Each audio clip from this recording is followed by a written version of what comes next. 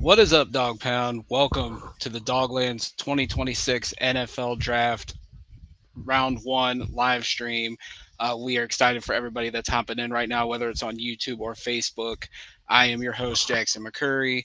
Co host Anthony Jokey is here as well, along with our two draft gurus, Jake Samulak and Alex Hale. Boys, what is going on? What's going on, fellas? Happy draft night. Happy draft night, fellas. How we feeling? Merry Christmas, everybody. It is bad when this is our Christmas as Browns fans, but Santa Mel has arrived. It gives us These days he'll arrive in February, but we'll wait till we get there. Yes, and we are just 13 minutes away from the start of the draft. Well, hopefully, because the pre-draft festivities are now taking place, but not like a year ago, guys. There really isn't a palpable buzz the way there was when we started our live stream a year ago at this time. If you guys remember, a year ago at this time, we were deep in trade talks with the Jaguars. Now we're sitting at pick 6. There is rumblings of trade rumors, but we really won't know until the Browns get on the clock. So we're going to go around the horn here. Anthony, what is your vibe going into the night? My vibe is chaos. Like I don't know. Like we all know what's going to happen. Number one with the Las Vegas Raiders, but after that, nobody really has much of an idea. And I think once we figure out who the Jets are going to take at number 2, that's going to dictate this whole thing tonight. So I'm really looking forward to seeing what the New York Jets do and all the chaos that follows after that. Jake, how you feeling right now, man? I tend to agree with Jokey. I personally think David Bailey's going to throw everything off, and I think he's going number 2. I know we had talked about that earlier, so I do think after pick 2, it's going to get a little wild. And I'm just ready for the ride, man. Great to be back with you guys again. Thanks for having me on, and I'm looking forward to, doing this again. Yeah, it's going to be a fun night. Alex, the tribal chief, how you feeling, man? I'm going to need this tonight. I'm going to need to drink tonight because I just got a bad feeling with the Browns, what they're going to do. Hopefully I'm wrong, but, man, lack of buzz and just the rumors surrounding what the Browns are evaluating, it scares me. And I think really this draft, just going by, making another mock this morning, I think the draft really starts at 5. I feel pretty confident saying no trades. It will be Mendoza, Bailey, Love, and I think this is where it gets tricky. It's Reese, but I think it's Styles. And that means the Giants are on the clock, and I have no idea where they're going. So maybe Arvell Reese is going to be there at 6, boys. That would throw a wrench that none of us would have expected because I don't think the podium. That happened to me the other day in the one mock draft I did on PFF, and he was sitting there. I'm like, oh man, this is really intriguing if that does happen. Well, let's talk about that real quick before we dive into what we know about the Browns real quick. If an Arvell Reese drops, if a David Bailey drops to the Browns at 6, are you selling the pick? Are we going to have a strong discussion? Like, should we just add this to what's already a great defense here in Cleveland? How would you guys feel about that scenario? Jake, I'll start with you on this one. Whew, man. I mean, I actually kind of low key something like that, whether it's Styles, but I feel like the consensus, like it's possible people feel like Styles could possibly be there at 6. Arvell Reese would, like you said, it would just throw everything off. But as a Browns fan, if I'm sitting in that front office, I know somebody in Dallas that may get a little desperate when you got the Giants picking 5 and 10 and the Commanders sitting there at 7. And the Commanders, I mean, they had a little bit of a down year. We've seen what they did the year before that. They're not that far off. We all know the Jaden Daniels situation threw them off for the whole year. So I actually think if Arvell Reese fell, I think that's a scenario where the Browns could get 12 and 20 without giving up 39, which I don't know if you could maybe bait them even off 70 to get that. But Arvell Reese is that kind of player where I think Jerry calls up immediately. And I would think so, Alex. Like, what would you do in that scenario if a Reese or a Bailey somehow were to slide to 6? If it's Reese, I'm taking Reese. I don't think twice about it, especially with what you did with Miles. And I know I'll get heat for this. It makes trading Miles so much easier, in my opinion. And it allows you to rebuild properly, get all those picks for Miles, develop Reese along, and thrive. However, I will be open to moving that pick too, especially if I can get a 2027 first. I think in that scenario, where we talk about not giving up 39 and 12 and 20, I'll gladly give up 39 if they throw in that 27 first. If they're willing to do that, you can take it. I don't care. I'm willing to do business. I hope overall they try to make a trade at 6 because you just need so much for the team. And you need picks next year, which that's a whole different conversation. But I just think you need to move down considering what's on the board. The question is how far, and I think as we talked about before we came on the air, Dallas and the Rams are probably the furthest you can go down because everyone's saying right around that Baltimore pick, that's when the run on the lineman's really going to take shape and teams are going to come up with Baltimore, with possibly Tampa, and even the Jets. They're at 14, 15, 16. Watch out there. That's a hot spot for trading up for anyone in this draft. Yeah, I definitely agree with you on that. I feel like that's when the run will really start on the offensive lineman. Anthony, like with you, Bailey, Reese, any of those guys in the top 5, if they were to fall to 6, like how would you feel about it and what would you do in that scenario? Yeah, it's tough. Like I would love to have another premium pass rusher. People who have watched this before know my feelings on pass rushers. Like you can never have enough of them. Would love to have either one. It'd be very tough for me to take one of those guys, especially with the top linemen there, top receivers there as well.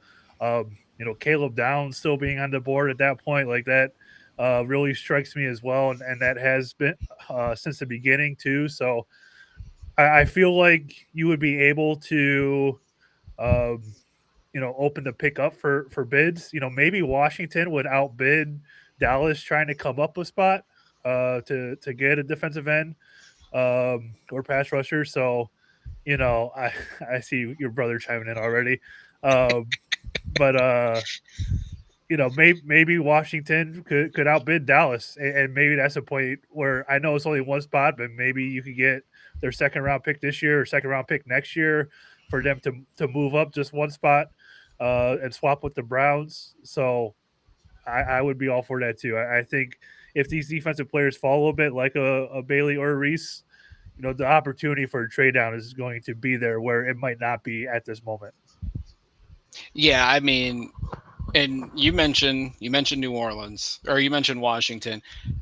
I like when I did my one and only or my last mock this morning. That was the trade that came up was Kansas City, and I was like, I could so see the Browns just moving back a couple spots. Like I don't could Miami or Dallas or Los Angeles happen absolutely, but the price gets bigger the more you drop. Like I feel like the Browns want to be in a position where they pick up an asset, but still pick up one of these premium players at the top of the draft, whether it's Carnell Tate, Caleb Downs, Jordan Tyson, even Alex, I know you mentioned Mansour Delane. Like corner can't be out of the discussion. Maybe not.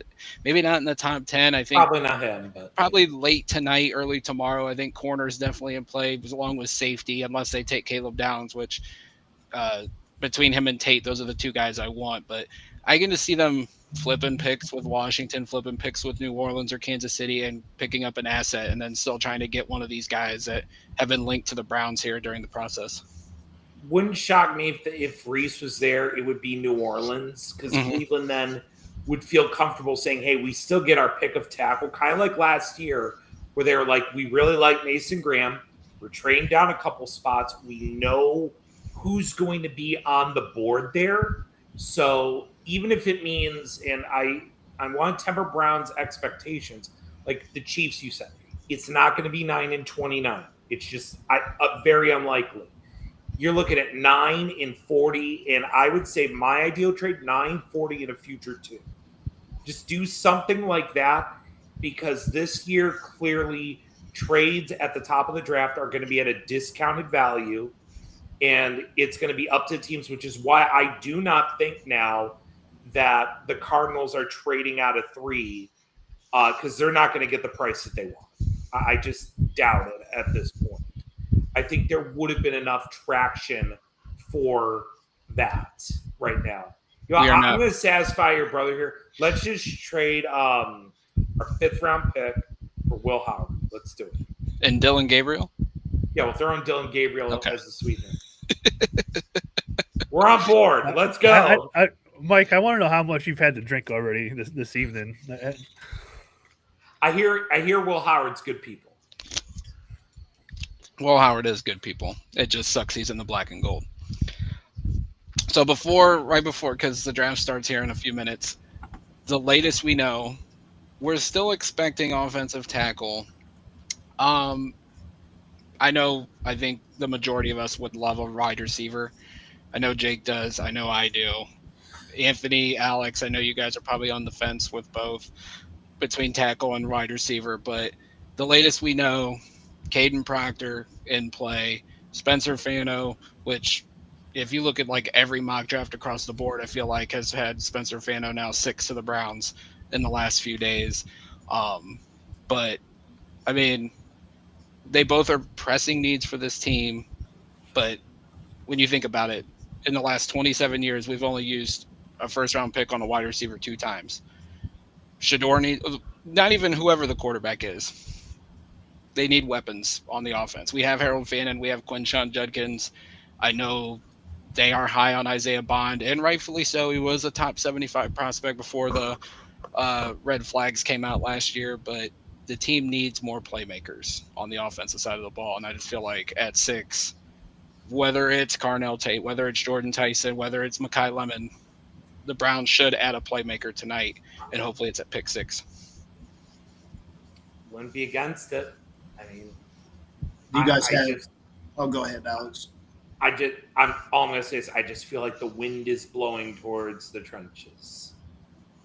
I was going to say, do you guys have like a preference of like what prospects you're really hoping for at 6? Do you want to trade down? If we're moving back, I mean, for me, like I did my mock this morning, if we went back to 8 or 9 and still picked up Spencer Fano, I wouldn't be mad about it. See, even with any trade down, like I know I'm against Fano and Proctor. I can swallow that a little bit better because you're getting assets so you can add another player to this mix. If you think that guy can be the left tackle, great. I'm more so concerned, can you add the playmakers, as Jack said, with the amount of picks that you have and the amount of problems you have on this roster? We need 2 wide receivers, which Mary Kay Cabot pretty much said this morning. The Browns want to walk away with 2 wide receivers, and I'm guessing it's within the first 2 days. Maybe not wide receivers, but playmakers. Yeah. In the first 2 days. I'm guessing that's what she meant by that. And I don't know who those guys are. I don't know where they're going to be taken. I would love Carnell Tate. I like Tyson. I love his tape. Yes, I'm worried about the injuries. Heck, I even like Mekhi Lemon.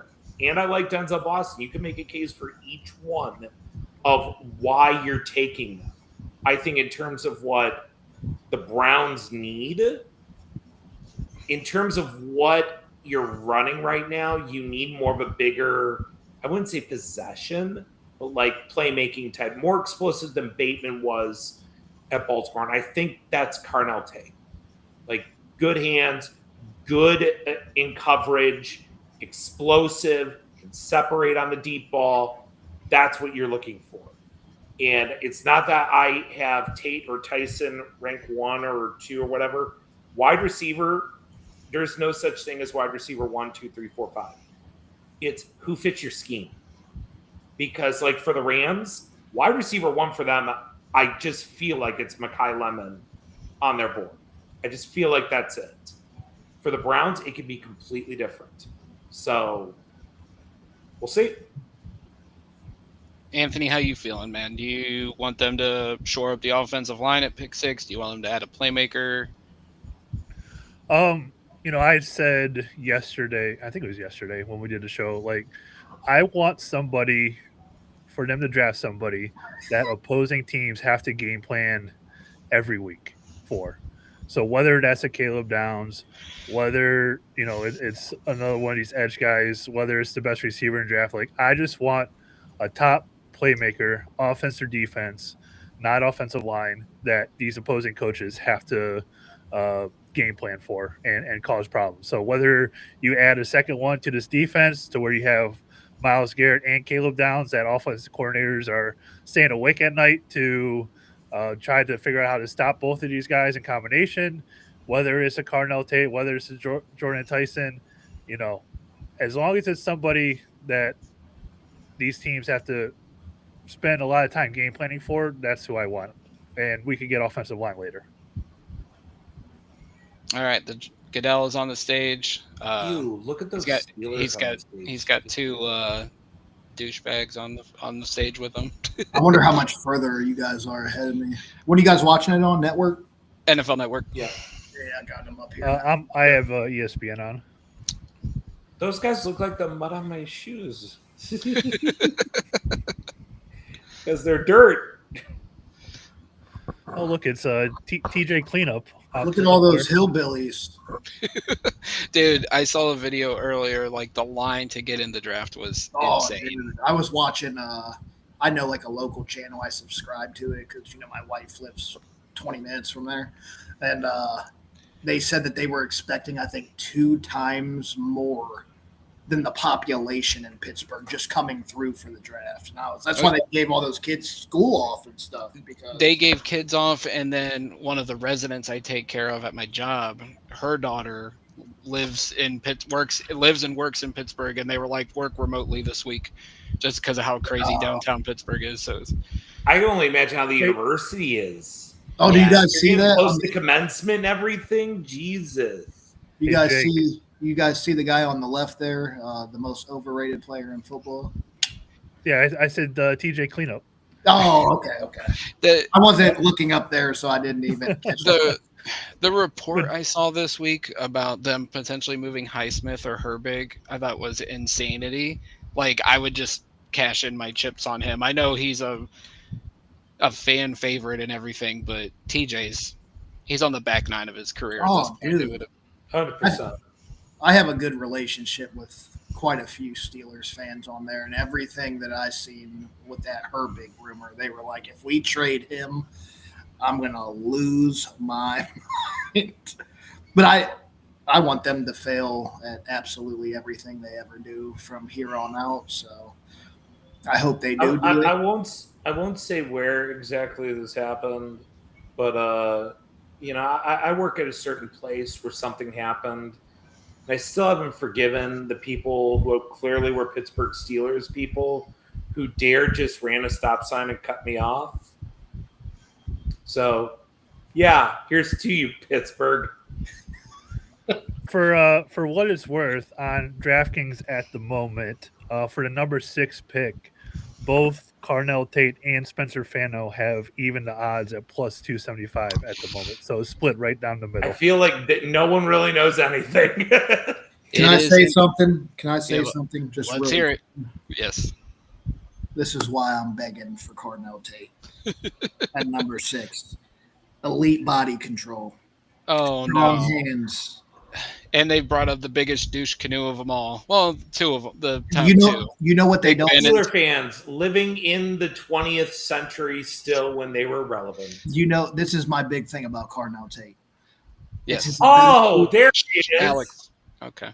Sorry. It's his ability to work the sideline, and he does it better than almost every wide receiver in the game right now. And yes, I'm saying that, going on record. That's how good he is on the sideline. He does have great body control. This guy is going to just be eating targets for this team for a decade plus. He's got the best hands in the draft. And somebody jumped in my mentions the other day and said, oh, well, he gets beat up on the line. If you press him, he has no strength to get through. I said, what film have you – please send me that, because I've never seen that. If you press him, you're getting beat. And it's just such a no-brainer to me. You have to take Cardinal Tate at 6. And I just had to come and say that tonight. I had to say it. I had to get it out. Jeremy Fowler on Twitter, once the Raiders select, expect Jets to hang on the clock a bit, see what calls potentially come in. New York has done a good job camouflaging their plans.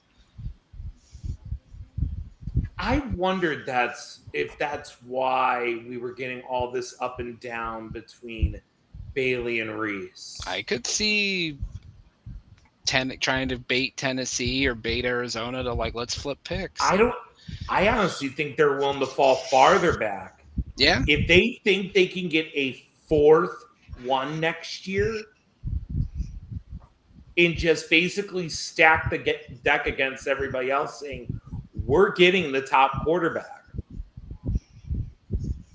No, we're on the clock. Just fixing something real Gee, quick. I wonder who they're going to take here. It'd be hilarious if it isn't Mendoza. Oh my God, it's going to be Cole Payton. It's Ty Simpson, everybody. Carson Beck.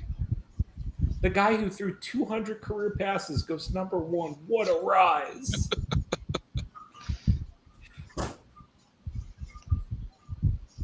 Jokey, I figured since we used this last year during the draft party, we would use it again. NFL IQ. I liked it. I do like it too.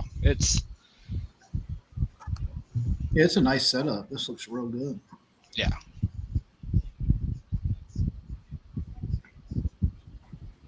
Yeah, I do enjoy this. Yes. And I also have the Beast up, so when we do draft a prospect, I have it too. Yep.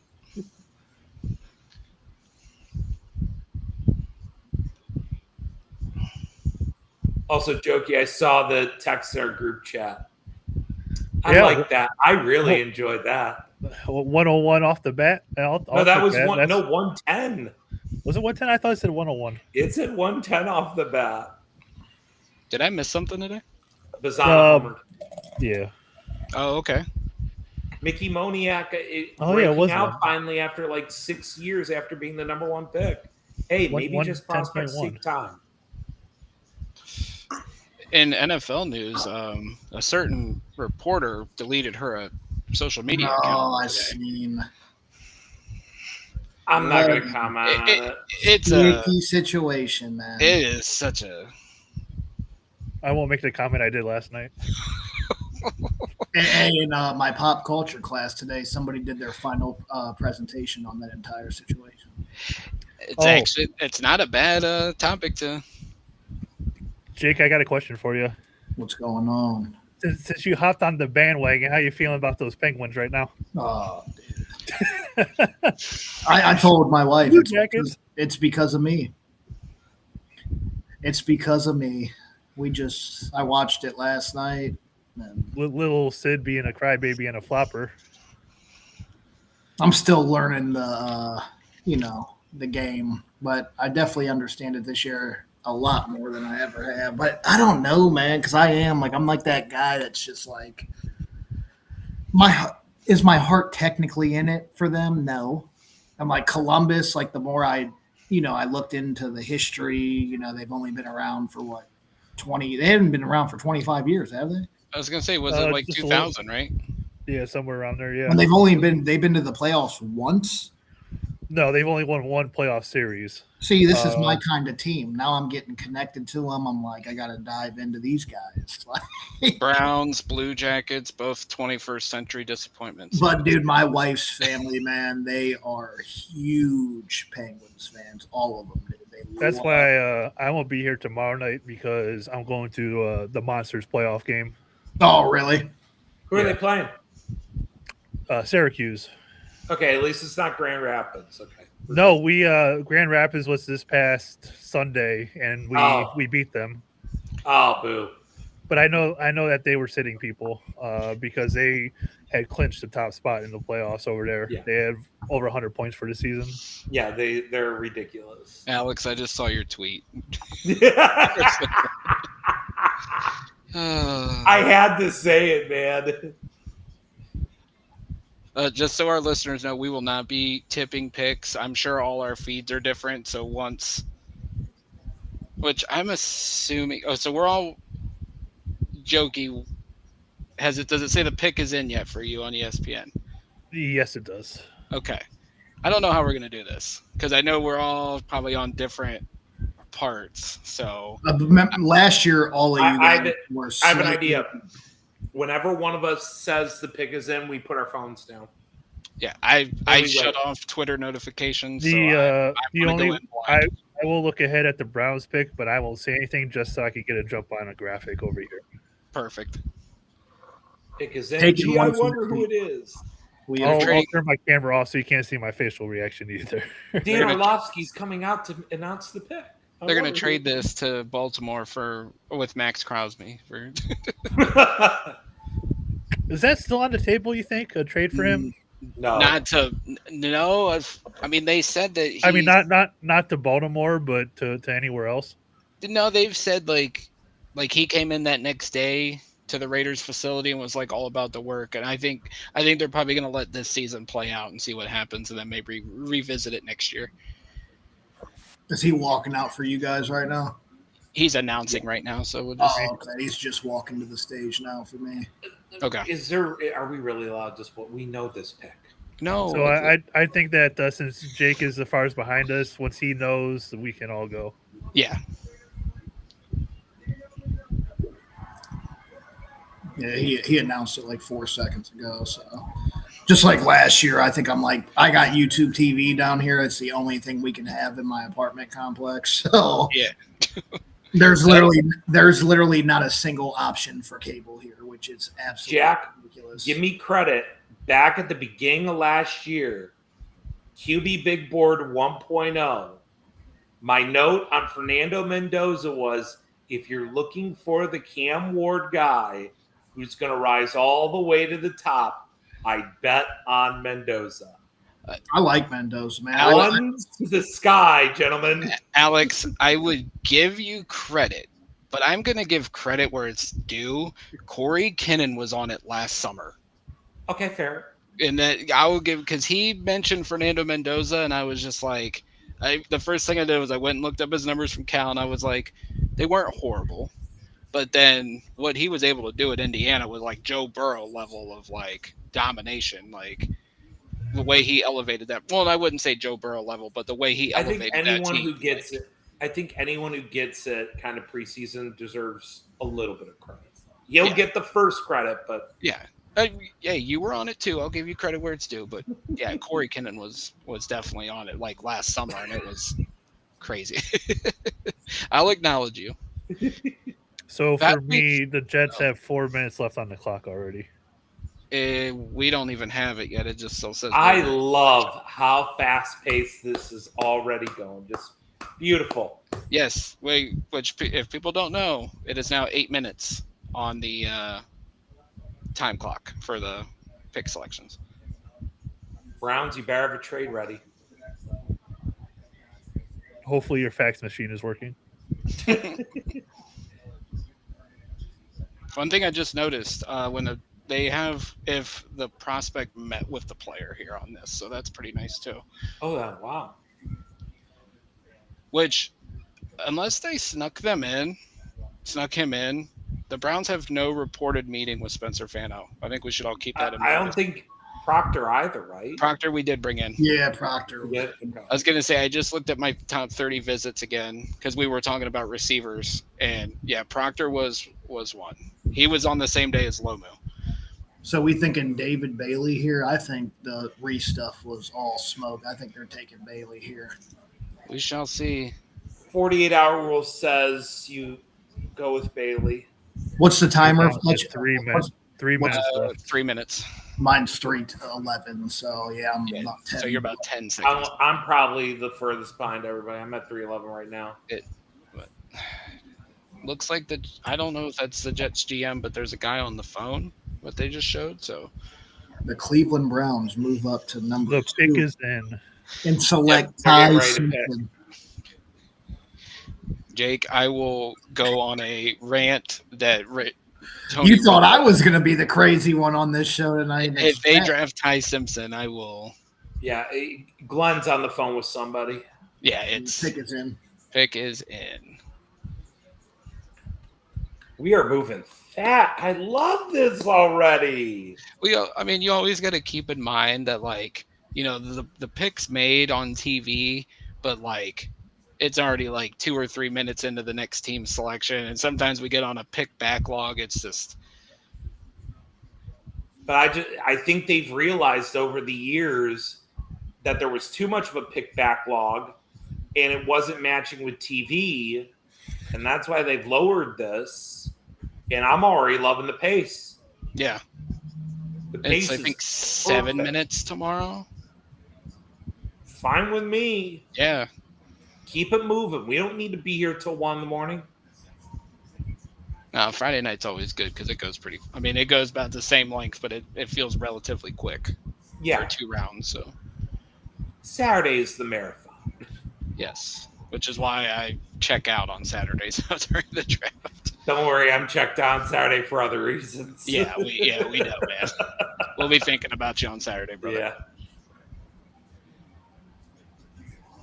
I feel like he's playing a prank on me tonight. I got a bad feeling about it, Jack. You think he's sending Caden Proctor to you as a prank? Yes. He never understood why I loved this, so it'd be so him to do it. It's going up for me. Yeah, Goodell's walking up for me right now too. Okay, he isn't walking Just out. started walking He's out. just starting to walk out. So once Alex sees it, then we know, because I think I'm a little bit in front of him.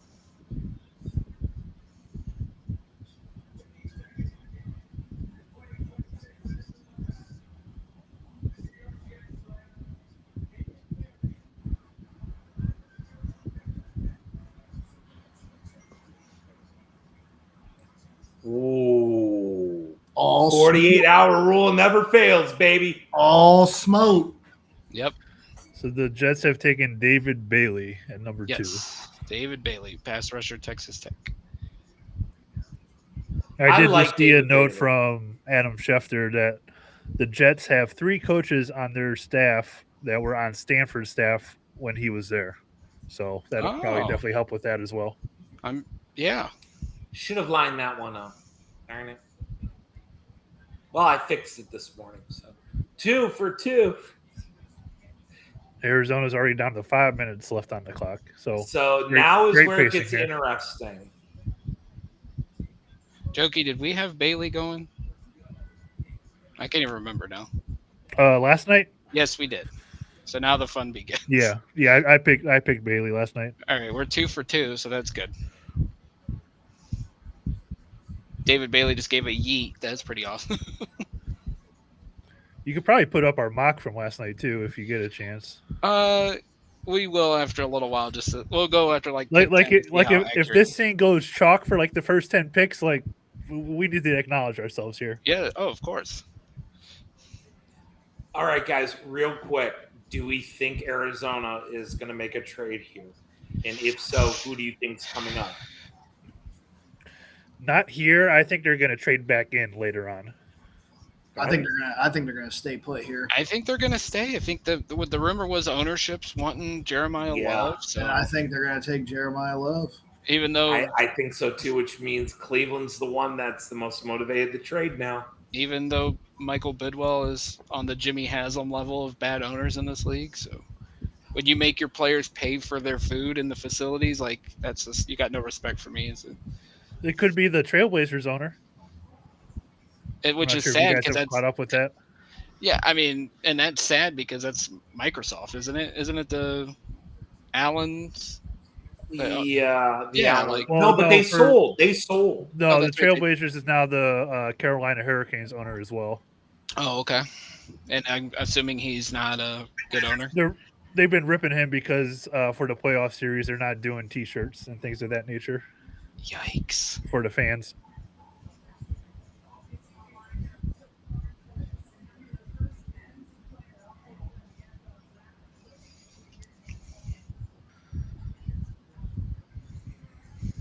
I appreciate the self-love, Jake.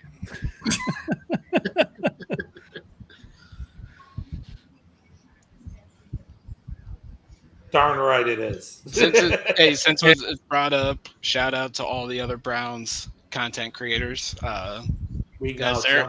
I went on Twitter and I just seen live show after live show. Live So show. shout out to everybody. Like, I know our guys, the Yeah. Barking Browns, are doing I one have right now. a bone to pick with you, Jack. When you shouted out all the draft content, you didn't give us one either. You listed everybody else, but you didn't give us any love in that tweet. Gonna mess with the champ, the tribal chief. I give plenty of love to our own people. I got to give love to all the others too. You're cheating on us with these other podcasts. Listen, Let me tell you something. yeah, no, I'm not going Hulk. I might. We're down under 2 minutes for the Arizona Cardinals. Ooh, they might be burning the midnight hour. They're clapping. They draft. They call. They're They got clapping. you. They're clapping. not trading. Oh boy. Buddy just put his glasses back on. They're amped. I'm like so fascinated. First of all, I'm fascinated that Jacoby Brissett's trying to get like starting quarterback money, but I just don't see it. Like Yeah, They're the approaching Cardinals are one. fascinated. Just love him. Appreciate. I had a everything. feeling they weren't going to get a trade done. The pick per is se. in. I had a feeling because, like, to come up even from like 8-3, 9-3, it was going to cost way too much. yeah, It makes. I feel like Andrew Berry is willing to make a slight discount, not like a major one, because I do believe, and regardless of what people say, I think he is going to end up trading Miles for 3-1s. So he knows he has that in his back pocket, and he's probably saying, I can take a little bit less because I know I got this post June 1st. So I'm just saying that out loud. Don't be mad if it's an underwhelming trade, if they trade at all, compared to last year. no doubt. So it's love here, most likely. We think, yeah. I mean, I would assume at this point. Yeah, I think It could- I think they would have traded out if it wasn't love. and Yeah. LaFleur looked happy, so I would have to think I'm it's. going to guess that. Okay, so then we got the Titans sitting at 4. So yeah, the draft. If they take love here, the draft has started, fellas. Because then it's going to get. If Arvell Reese somehow is sitting, I really think it's Styles at 4 because he wants his Fred Warner type, and that's Sonny Styles. But look, like, Alex, I Sonny don't- Styles did not visit with the Tennessee Titans. Who cares? I mean, Justin Gilbert didn't visit with us. Oh, yeah, but that was Ray Farmer. Like, No, that was Mike compare Pettin. Get to it right. anything. That was a Mike Pettin pick, not a Ray Farmer pick. same all thing. right, here it comes, fellas. Here it comes.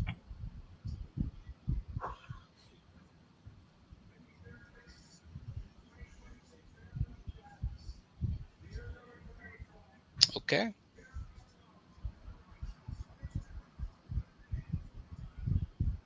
You seen it, Jake?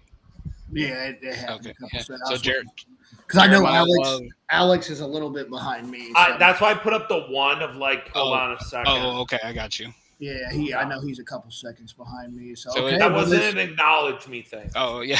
So it is Jeremiah Love, running back, Notre Dame here. one sec, The fellas. Arizona Cardinals. Yeah, you're good, brother. I mean, I like the pick. I like the fit. Boy, that running back room is fun. Yes. Algier, Connor, Love you can use as a receiver more than the others. I mean, this is a really solid pick here. Yes, you have the questions at right tackle. Yes, you need a future quarterback, although I like Jacoby Brissett as a bridge QB. You have weapons at the receiver. You obviously have Trey McBride. This is a very, very talented offense that No doubt. LaFleur is going to walk into here. And just that's going to be fun to watch. It is. Like, I mean, the pieces are there. The quarterback question obviously is in doubt or in question. We'll see what they do later tonight if they do move up for Ty Simpson. But I mean, yeah, they're putting the foundation around the quarterback. You can't even try to deny that. So it's going to be interesting to see what they ultimately do at the quarterback position. And like you said, they have to address some things at Yeah, the big thing there with at Jeremiah the right Love's going to play tackle- quarterback for Arizona. Well, it's not even that. Oh, you mean love a quarterback? Yeah. No, I've written. Sorry, I didn't see the comment. Sorry No, about you're good. that. But like with Arizona, the only big issue is who's right tackle. Who is gonna be that guy? So, hey Justin, what's up, buddy? I got your shirt on, buddy. Got your shirt on.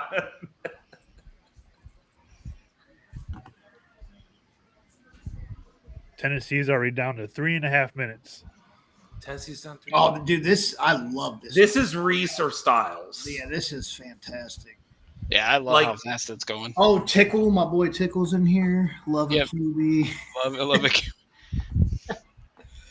Lots of Wildcat. We'll try that arm out and see what he's got.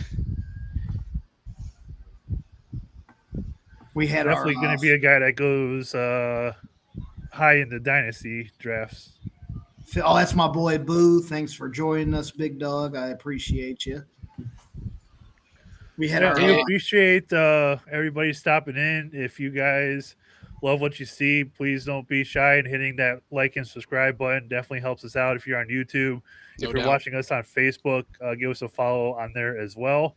You can find us at the Dawgland handle on pretty much every platform: YouTube, Facebook, TikTok, and what's the other one, Jack? Like X. Yeah. So Twitter. I forgot Just call X. it Twitter. Yeah. I still struggle with that, man. The whole X thing. You just keep calling it Twitter. Yeah, it would have been different if Elon really improved the app, but every week I get on there and it's just like, welcome to your TL. Nothing loads. Appreciate the sub, Fish. Thank you. I appreciate it. Real quick, the Booming Buckeyes pod. That's Cody Croy is on there, and I'll be co-hosting with him on the Booming Buckeyes podcast. We will be starting next Friday. Really excited for the opportunity, and I appreciate you joining up, brother. Yep, we are super excited for that for you, Jake, too, man. Appreciate it. Yeah, Cody, man. I've looked at the work and very impressive, man. Young kid, he's chasing his dreams and doing real well. So I'm very excited to work with him and cover the team that we love, man. Go Buckeyes. Welcome to the pick is in. Titans pick is in. Oh boy. All right, boys. They can honestly go anywhere here. They can add a weapon for Cam Ward. They could go defense for Robert Saleh. Because Jeremiah Love was 100% their pick. Oh yeah. Yeah, that was going to be the pick. I don't think they thought Reese would be here, which is why I say it's Styles or Reese. Saleh looks excited. I think it's Styles. He fits that defense beautifully. It might be, yeah, you might be right. He's the Fred Warner type that he's looking for. Sonny, though, I mean, I love Sonny to death, obviously, but over Reese, I don't know, man. It's But more so the defense fit. Yeah, for the fit. I understand what you're saying 100%. Yeah, this is interesting. And that's my thing. If, say, they do go Styles here, are the Giants taking Arvell? They could. I I don't don't see think why they're they going to. should not think about it. I mean, I agree with you. I think the way the board is, it's Tyson or Love. Commissioner is walking up for me. Okay. He just started walking on my screen. He hasn't even started. Now he's starting. So.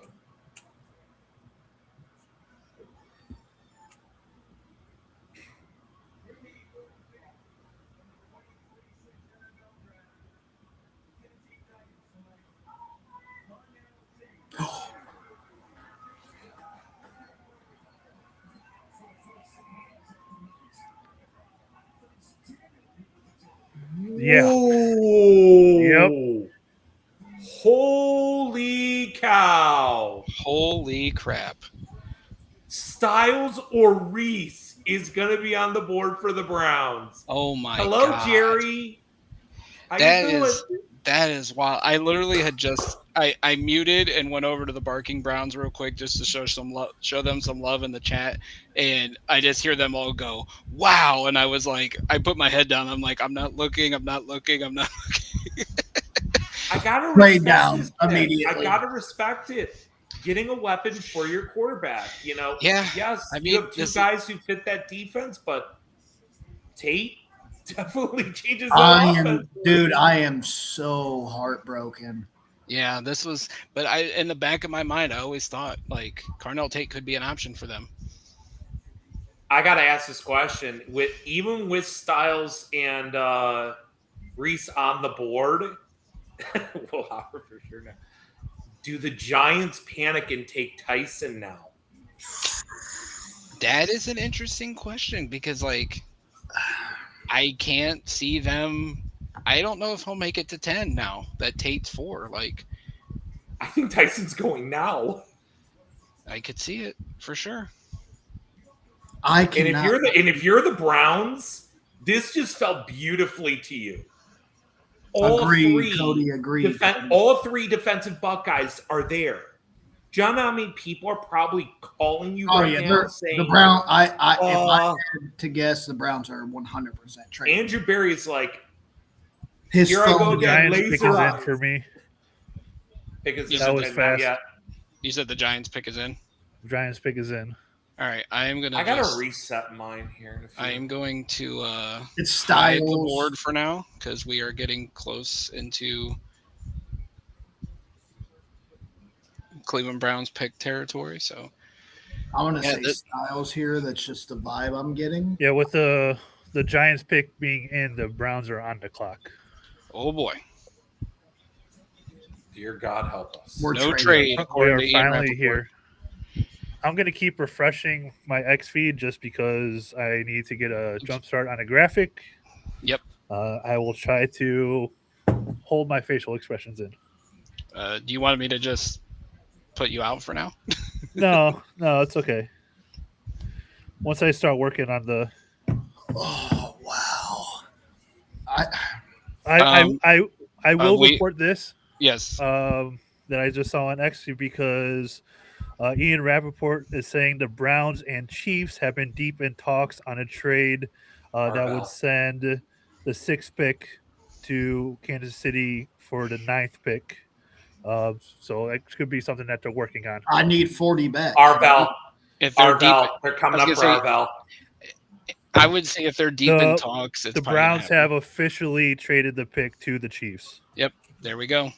For what? I need Hold 40. on. Well, we'll wait on them details. Yep, there it is. I gotta text my friend.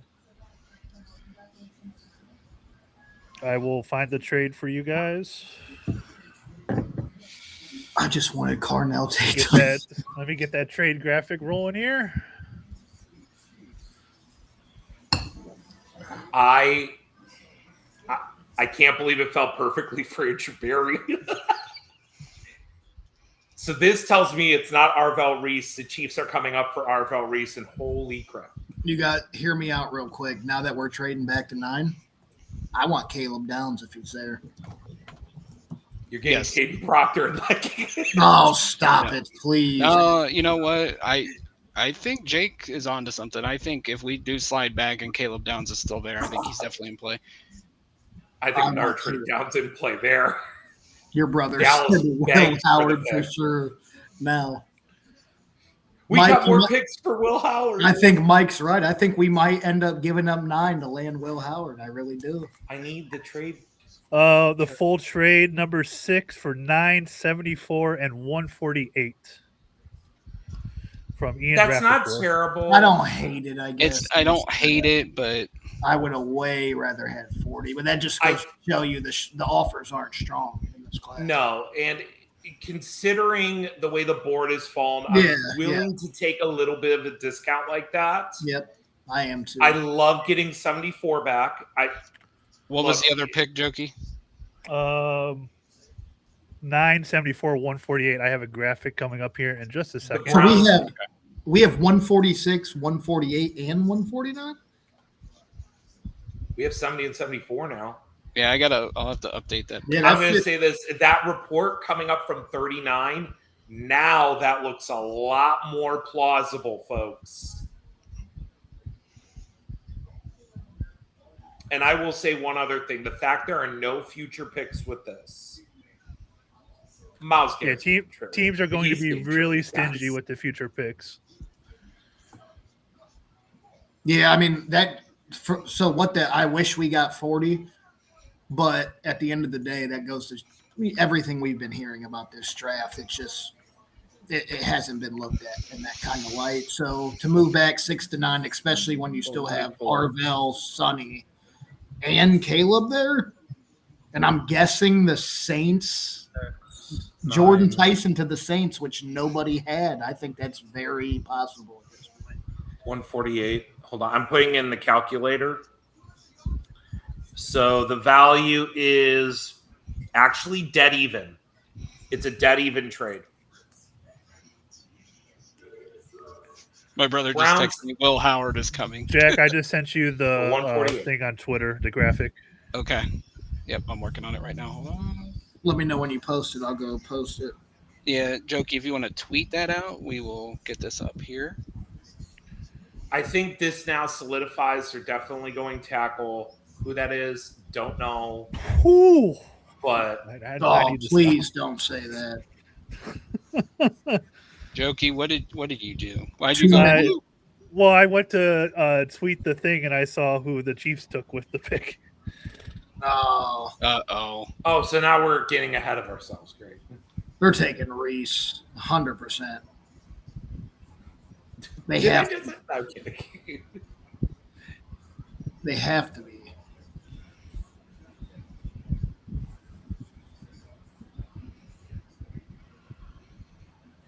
Goodell is strolling to the podium right This now. is just for the Giants pick, right? Jokey, wrong side. We're getting 74, 148. Oh, god damn it. Jack, take that down. Yep, got it. I'm trying to do things I got fast. you, brother. I get it. Quick turn, buddy.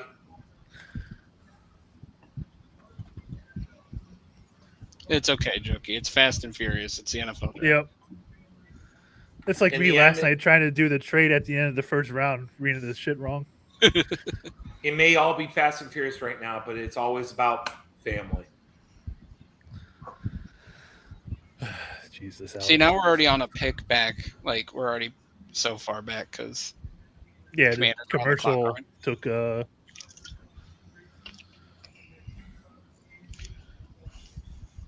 I You guys almost want to run a mock draft simulation with all these picks now. Who can I get at 70 and 74? All right, here comes the pick for me.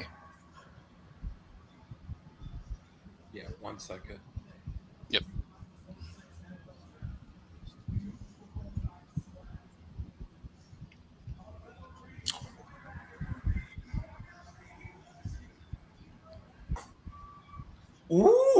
Ooh. Arvell Reese. to the New York Football Giants. I could not. That's what I was saying. I couldn't Him see and Sunday going over Carter? Arvell. Him, Carter, Thibodeau, Burns, Jokey. Is That Kayvon Thibodeau really not available, guys? Jokey, we need to go and trademark. You can never have enough pass rushers and sell it to the Giants for And just If I'm think, Kayvon Thibodeau, I'm wondering where I'm going to next. Yes. could you imagine if the Giants somehow get one of Styles or Caleb Downs as well at 10? Nasty. That Giants defense will be 07 level again. So if Arvell's here, I have a feeling why Jokey reacted that way. I have a feeling I know who the Chiefs came up for. Some of my group chats, people are mad. Somebody in Toronto is about to be informed of something. I mean, let's I guess it was just my preference. I said straight up, if Cardinal Tate got taken before 6, I wanted to trade down because Right.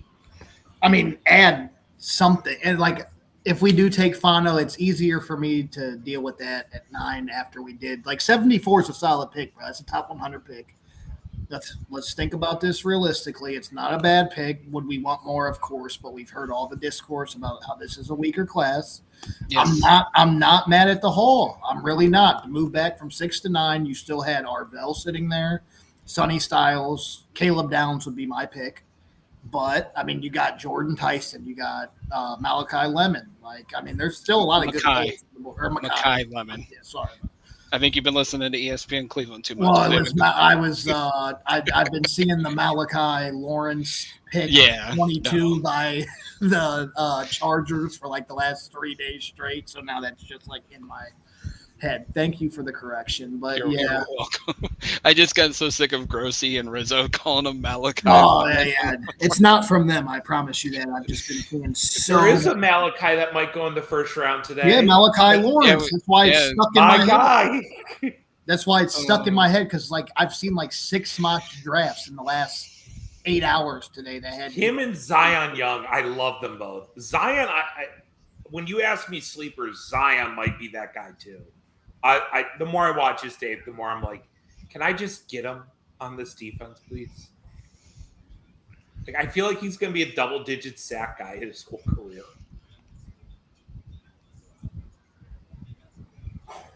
Oh my God! The Browns posted a tweet of the Leo DiCaprio new meme with a Browns hat on.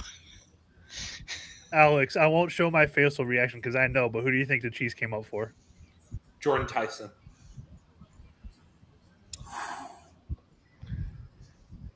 I think they're going defense. I'm going to say Sonny. I think it's Sonny. It could be Sonny, but I just feel like the pick at 4 might be the giveaway. And there's been a lot of smoke with them wanting one of these receivers. Oh, I mean, it wouldn't shock me at all. It wouldn't even shock me if it's Reuben Bain. I mean, if you're a team that's going to move up to 6. Actually, I have a third that it might even shock everyone. They came up for Fano, and the Browns baited him. That would be insane. And I thought about that when all the Fano stuff started picking up. And yeah, that's what I thought. I will get down on all 4s and do one of these for you, Alex, and they just moved up for Spencer. And it wouldn't shock me because there's been rumors that the Chiefs aren't 100% sold on Josh Simmons being the long-term answer now. So it's which is pretty bad because after a year, you're already. Yeah. I mean, they keep swinging to fix the line. I respect them for it. And it opens up the door for the Browns to say to everybody, we wanted Proctor all along. When the commissioner starts to walk up for me, I'm going to tell you guys something. Uh-oh. Wait, say that again, Jokey? When the commissioner starts walking up, I'm going to say something. Okay. If it's Fano, I'm actually thinking about trading on 9 too. All right. I will be right back, boys. As the commissioner is walking up here, I will tell you that none of the players you mentioned are being picked. It's got to be Caleb Downs, son. Caleb Downs or Makai Lemon. If they came up for Lemon, I just saw the NAR one, and I wonder. I think it's Downs. No way.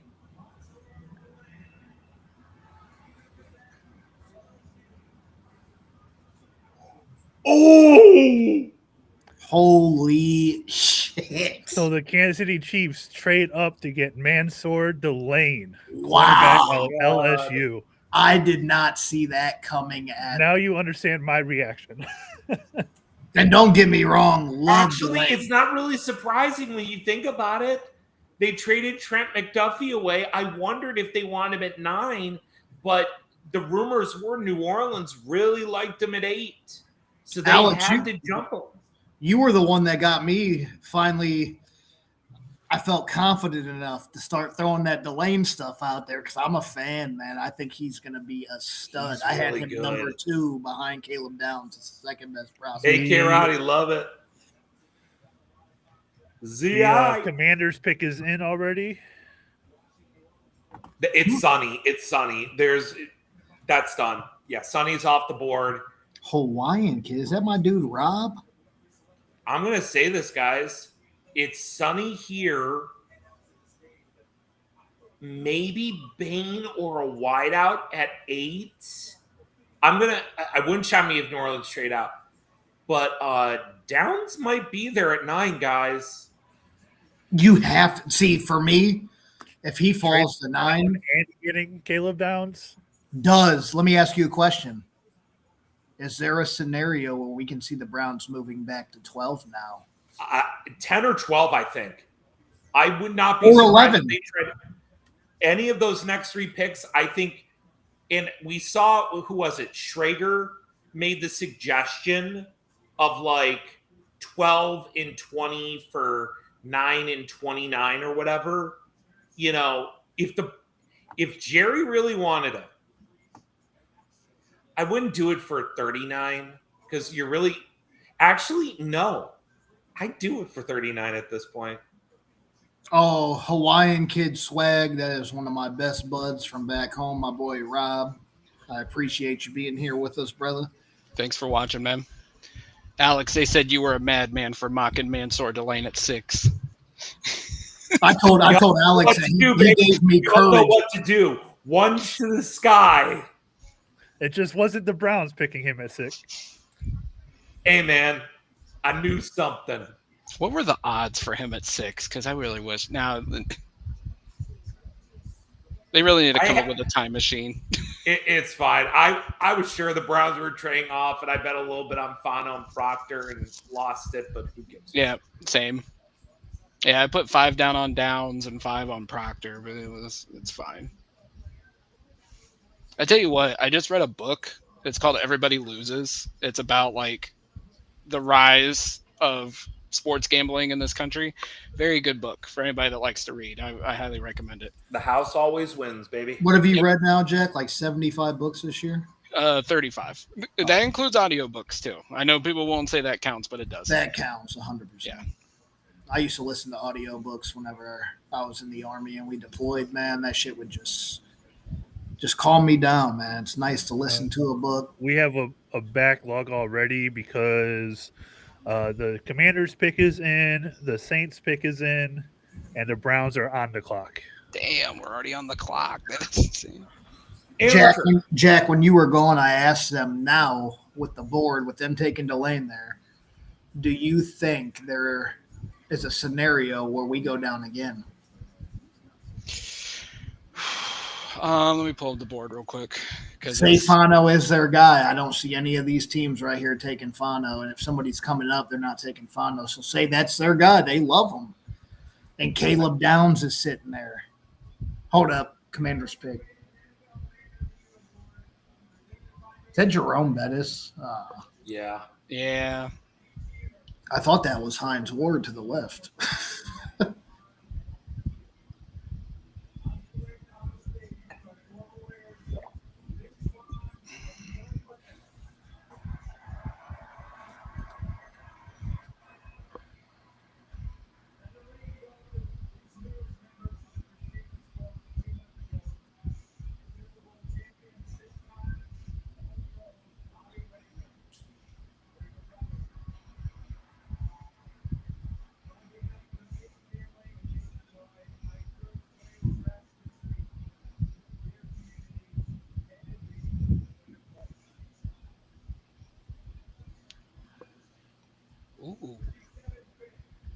Here we go.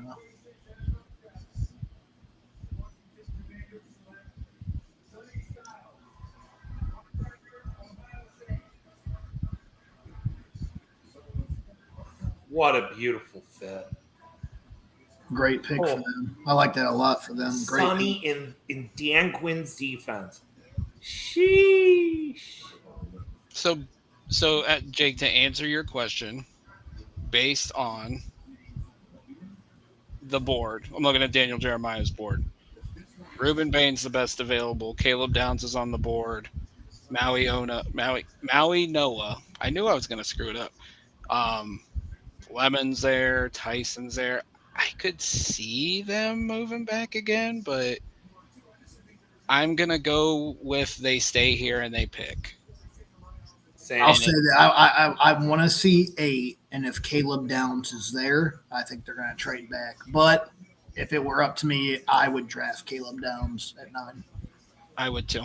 100% take Caleb Downs. Best player available for me. He's my number 1 prospect on the board. A complete game changer. I would take him at 9 all day, and I would sleep well tonight. Well, that's like Jokey said earlier. You're adding a playmaker to this team, whether it's offense, whether it's defense. Well, I mean, you traded down, you added assets, and now, in my opinion, I mean, obviously, my opinion means nothing, but I feel like a lot of people believe that Caleb Downs is the best player in the draft. So you traded down, you collected assets, and you're still getting Caleb Downs. I mean, that's a it goes back to what Andrew Berry likes. He likes value. You're going to get a guy that a lot of people think was a top 5 player in the draft potentially, and you added a 3rd round pick and a 5th round pick in the process. I would say that's value. I know safety's in the top 10. It doesn't make positional value sense, but some of the reports said positional value is thrown out the window. Oh, yeah, and this kind of an off-ball linebacker just went 7th overall. That should tell you all you need to know about positional value in this draft. I think Caleb Downs at 9 would be I wouldn't trade it. I mean, unless they were going to at least give they don't even have a 2nd round pick to give. Yeah, I'm not giving anything to Dallas. I almost feel like give me 12 and 20. I almost posed the question, if they think the run of linemen's going to start at 14 and outside of them right now, that's when it's going to start. Do you take the best player available, like a Caleb Downs, and with your extra picks, do you try to maneuver back up for the tackle? I said kind of the reverse mock draft that I had with McNeil Warren at 24. You take Downs, you come up for one of these tackles, and I keep circling Tampa Bay and try to come up 9 spots to get your guy, whoever that is. I told Jack this earlier, Alex, when we were in our buddy hosted a space. I said that whole little run of offensive tackles, I don't think it's coming. I think it's all smoke because I think this could be bad offensive tackle class. Looking at the board, the Rams need a tackle technically. The Ravens could use more line help. They're going Vega 100, but they're going Ione 100. Unless if they can get a trade. Tampa could go interior, which that can be Fano still. People keep forgetting Fano. People think can be a guard. Detroit, which we hear the Proctor stuff. I wouldn't say Minnesota. Pittsburgh, I keep circling them. Chargers going interior line. And the Eagles. I keep looking at the Eagles. Are they going to come up? But like Pittsburgh's that one team with all those 3rd rounders. They have the ammo to come up for somebody. Yeah. So I think there is a potential run. It's just who's on the board, who's willing to trade, how far back are they willing to go? How's that look? Pick is in, by the way. For the Browns pick? But, I mean, the Saints haven't even picked yet, but the Browns pick is in. They're going tackle. Depending on drafting a tackle with Caleb. I thought if Cardinell went before our pick and if we draft a tackle with Caleb Downs sitting there, I have this bad feeling with Andrew Berry that he falls with the one rule that GM should never follow. And that's you get emotional with your decision making. he has been clearly dead set on a tackle. And he has not wavered off of it. And I think all the defensive stuff, BPA, has been a smokescreen. He has been dead set on this, which I can applaud his conviction, but I also think it is a massive flaw in him as a GM, especially in past years when he's done the same thing and had horrible draft classes. So, because last year, he just took the best player available. It didn't matter what the position was. Yes, we had a lot of problems. But like Mason Graham, you could have sat at 2, pick Travis Hunter. You take Mason Graham, the best of that bunch. Carson Schwarzenegger, I remember my reaction, like, what are we doing? He was the best player available on their board, regardless of position need. Quinshon Judkins, we all thought Travion Henderson was better. They went with that. And Harold Fannin, same thing. So a lot of the picks last year was best player available, and that's why it was successful. So reverting back to, I'm just going with position need. That's what bad GMs do. Bad GMs just pick for necessity. They don't take the best out. You fixed 4/5 of the line. This isn't a major obsessive need. You have bigger needs to fill. Mm-hmm. Yeah, I agree with you. Heck, I would take Kenyon Sadiq before a tackle right now. And then Cody said the pick is made. I won't spoil it. So yeah, the pick is in. Jack, can I send this to you? Just don't open your DMs, okay? Yeah, I got you. You already seen it, Jokey? You seen it? Yeah, because I've been working on the graphic. Oh, the graphic. Okay. Yeah, he's got to get ahead of this. As far as the Saints go, they did not meet with Ruben Bain. They did not meet with Caleb Downs. They did meet with Jordan Tyson. So what if we just randomly took Ruben Bain out of nowhere? Miles. Honestly, again, if they take BPA, I'm going to applaud Andrew Berry. That means you're evolving. I didn't remember at this point, bro. At this point, Caleb Downs. Let's see. Hold up. I need to see what. I don't think they're taking Caleb Downs though. I don't think they're taking Downs. So I think Downs is going to be on the board. I mean, I don't know about you guys. If they turned around and took Caleb Downs here, it's going to be like last year's draft pick. You shouldn't have had really a trade at all. You found one. You made the most of it. Now you got to make the most of the other picks, but you hit. Oh, I mean, Caleb Downs at 9 here. Okay, hold up. He's walking. Goodell is getting ready to announce the Saints pick. Okay. Yeah, he's walking. I'm behind. He's starting to walk. Yep. No, Roger, don't tell him to keep going. Make the pick.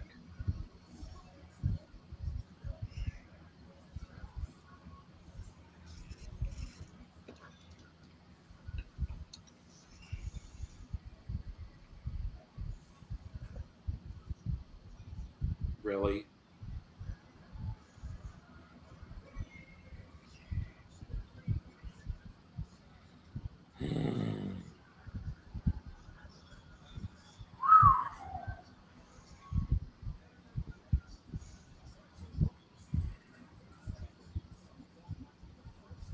They're both there.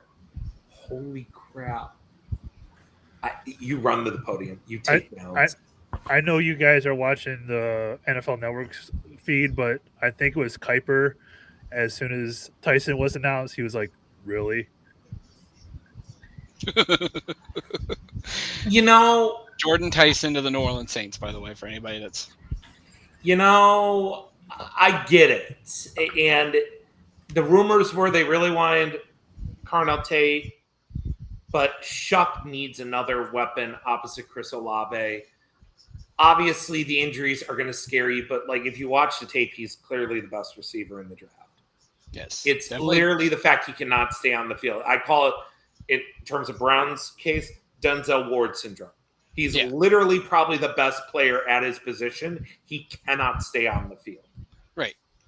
He gives that, we watched, and of course he's the brother of Jalen Tyson, which Kobe Altman said they were going to let Jalen know when his brother got drafted. So some way, I know they're playing right now. But yeah, Jordan, This just in: the Cleveland Cavaliers have traded Jalen Tyson to the New Orleans Pelicans for Zion Williamson. No, yeah, Alex. The Giants pick is also in at the moment. Jeez. Cavs update. They are down 6 minutes to go in the second quarter to Toronto. They were just down 10. Okay, so they're so a Cavalanche is hitting Toronto as we speak. But yeah, Jordan Tyson, like obviously I was very worried about with the injury concerns and everything. But I mean, like Alex said, you put the tape on, he looks amazing. His workout on Friday looked phenomenal. Looked like he gave Odell Beckham vibes, which is all you heard this last week was like talent wise he could be Odell Beckham like, but obviously the injuries are a big concern. But I think that is a good fit for him in New Orleans. Tyler Shuck's got plenty of weapons to play with now. Travis Etienne, Chris Olave, Jordan Tyson. Oh, he's okay, Alex. You won't see this. Well, you will see it, but he was watching the Cavaliers game backstage. So that's there you go. I heard that the head of security was going to be giving Jalen Tyson updates tonight. Yeah, that's awesome.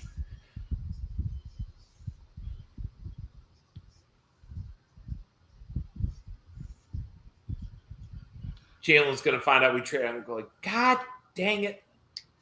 Next time Miles shows up, what the hell, man? That's all right. Maybe Haslam will give us Giannis this summer. Yeah. He hired a coach today. I saw that.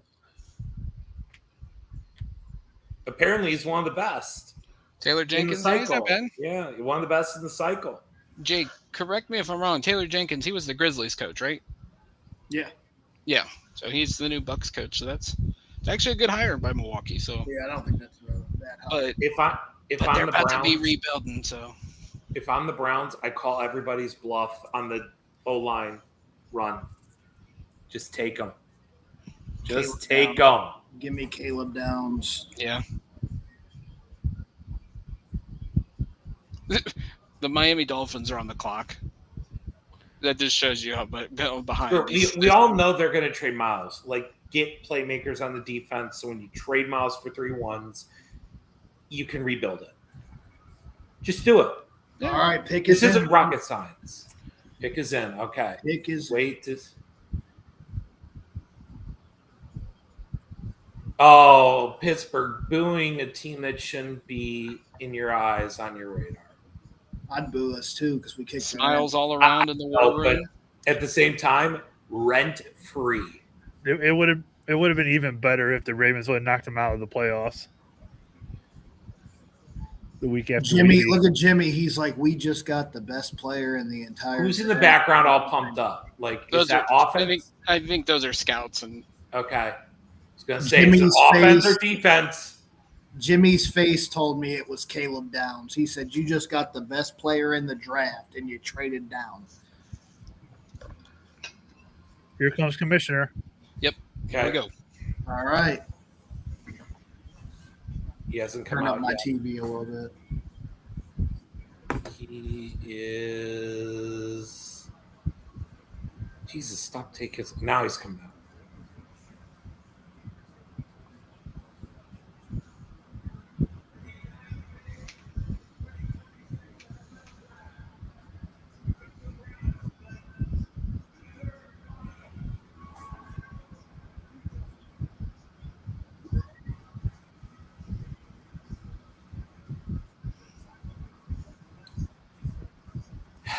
Laser Eyes was dead set. Terrible pick for me. Spencer Vano, offensive tackle, Utah here at pick 9. I say offensive tackle, my evaluation very loosely. Yep.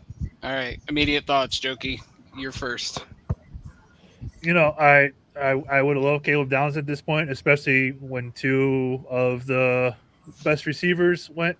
But, you know, you can't argue that offensive line has been a priority or has needed to be a priority for this team over the last few seasons with it getting older, all of the injuries that they have had. So I'm not surprised. I would have gone a different route, got an O-line later.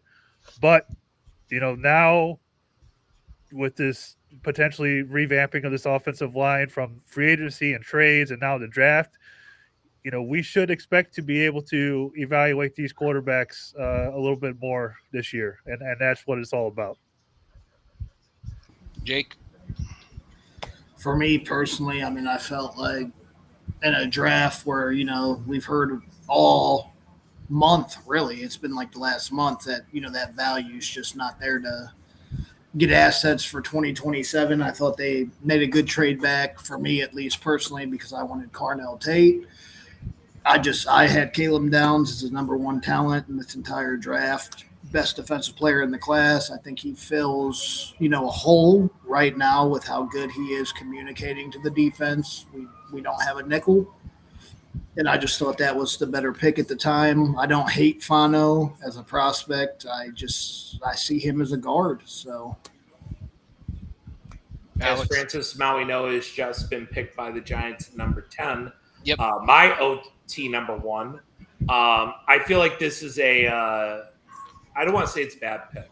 I see what they're saying in terms of their analytics, but I find it funny a team that says it's the most analytically advanced in the NFL drafts the guy that has some of the smallest arm length and some of the smallest hands in terms of testing that do not meet the thresholds of a left tackle. Does he have the athleticism to stay on the left side? Yes. He does not have the length to stay there. I fear he is going to struggle early on to handle pass rushers at this level. He struggled on the left side at Utah. He did better on the right. There's a reason why this guy was testing at center, because most teams viewed this guy as an interior lineman. It seems the Browns are the only ones that really think he's going to be a left tackle. And again, like I said before, Andrew Berry's been dead set on this path. And he better hope to God he's right and George Warhop creates more miracles here, because if not, I hope Jimmy Haslam's listening to this. I know he's really not, but I hope he's listening to this. This is a guy that just went against everything he did last year for this pick. And right now, with the trade back, I'm happier. But overall, he wasn't it. I think I would have been able to buy Mauigoa because he's just a pure mauler. And I could have bought Blake Miller or Monroe Freeling as a left tackle. Fano, I just don't see it. Yeah. The Giants have traded the pick, or the Dolphins have traded the pick and have swapped with the Cowboys. So the Cowboys pick is in at 11. Yeah, they gave up 2 fifth-round picks, 177 and 180 to make the flip. And Dallas is going to take Caleb Downs or Ruben Bay. I mean, as for me, when it comes to Fano, first of all, I did predict this in my mock this morning, the trade down with the Chiefs and drafting Spencer Fano. Yeah, like, Alex, you did say the whole, like, analytically driven and then the arm length and everything. You got to remember, we don't know what their mindset is now in the post-Deep Podesta era. We don't know how they're going about things with analytics, how they're fully embracing it, because as much as Barry uses analytics, he also comes from a football background with Tom Telesco, so things could obviously have changed. Yes, the arm length is a concern. Yes, teams worked him out as an interior offensive lineman, but the guy played tackle in college. He didn't give up a sack for 23 straight, his final 23 games in college. It'll be interesting to see what they're going to do. I would imagine they're going to start him out at left tackle and see how it goes. But him and Mauigoa were the two guys that a lot of people said, hold on one second, Jokey, that these guys, if they have to kick inside and play guard, they have all-pro capability to play a guard. And if he has to play center, like, I mean, it would be bad if a ninth overall pick end up being a center. But if he's an all-pro or Pro Bowl caliber center, like, you can't knock it as a bad pick. I will say this: that's a positive. Alex, hold up real quick, because Jokey wanted to say something first. Todd Monken has already said that he will play left tackle. Oh, okay. Hey, I respect that. At least I didn't waste any time. And we do have one of the best offensive line coaches in the game in George Warhop, so that makes me also feel good because he's going to get coached up. The one thing I will give Fano this, where I will say, I liked him more than Proctor. I didn't want Proctor. I think he is a bust. Fano clearly loves football, and you look at every scouting report, the character is very high. I'm reading The Beast right now. I'm going to read these 2 lines here. Voted one of 14 captains and the only underclassman in 2025. Fano said, I don't remember a time when I didn't love football. Fun, gregarious personality, always has a smile on his face. NFL scout, has some class clown to him, but in a likable way. He's all business when it's time to work, but always keeps things light.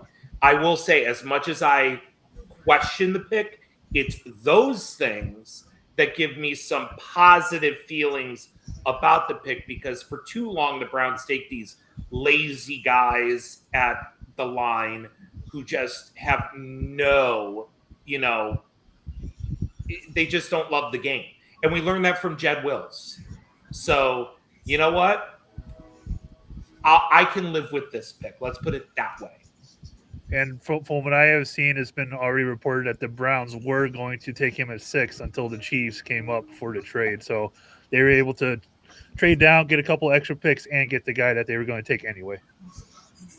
So maybe perhaps in the post-DePodesta era that the leaks aren't as tight as they've been in years past and the smoke screens aren't as strong. So, I mean, we will see how this works out. Like, this coaching staff, Munkin, Warhop, they have a track record of good offensive linemen from back in Baltimore. So we'll ultimately see how this all plays out. But, I mean, obviously this isn't who I would have wanted here. Like Jake, I would have ran to the podium for Caleb Downs, but offensive tackle was a need, and it looks like the run is definitely starting now because we went Fano and Maui Noah in back-to-back picks, and then we'll see what Dallas ultimately does here. I would imagine. Yeah, that line in New York looks fun.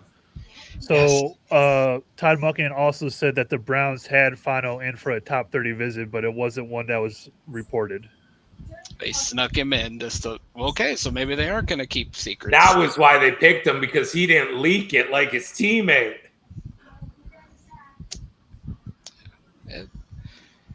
Oh, man. All right. Well, I mean, at least we know that they're going to play him at left tackle. We'll see how that goes. I personally don't think he'll succeed there, but I think he'll be a really good guard. So I think worst case he ends up being a 10-year center. You could always double up on tackles. You can get another one later in the first round. Markel Bell. They could say he's left tackle for now, but if they draft somebody later on, that's the tackle. They could always kick him inside.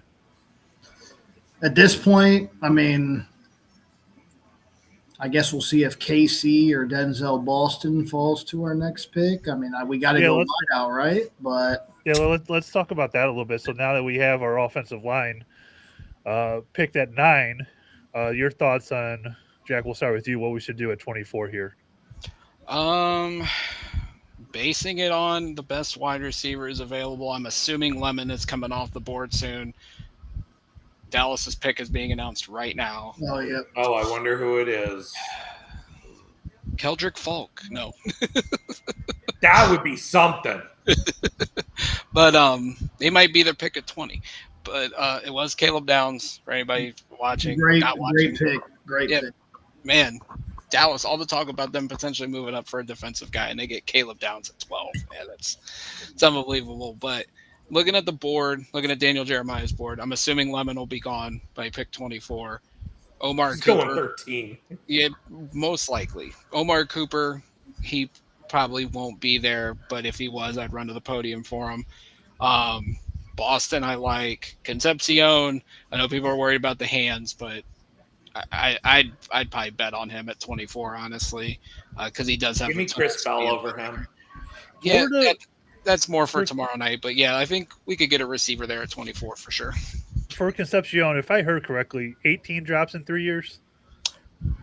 Is that the stat that I heard? I think it was one every 2 games. Basically? Yeah, it was something like that, but he had 25 touchdowns in 3 years, so it's. It's a boomer bust pick, honestly, at wide receiver in that regard.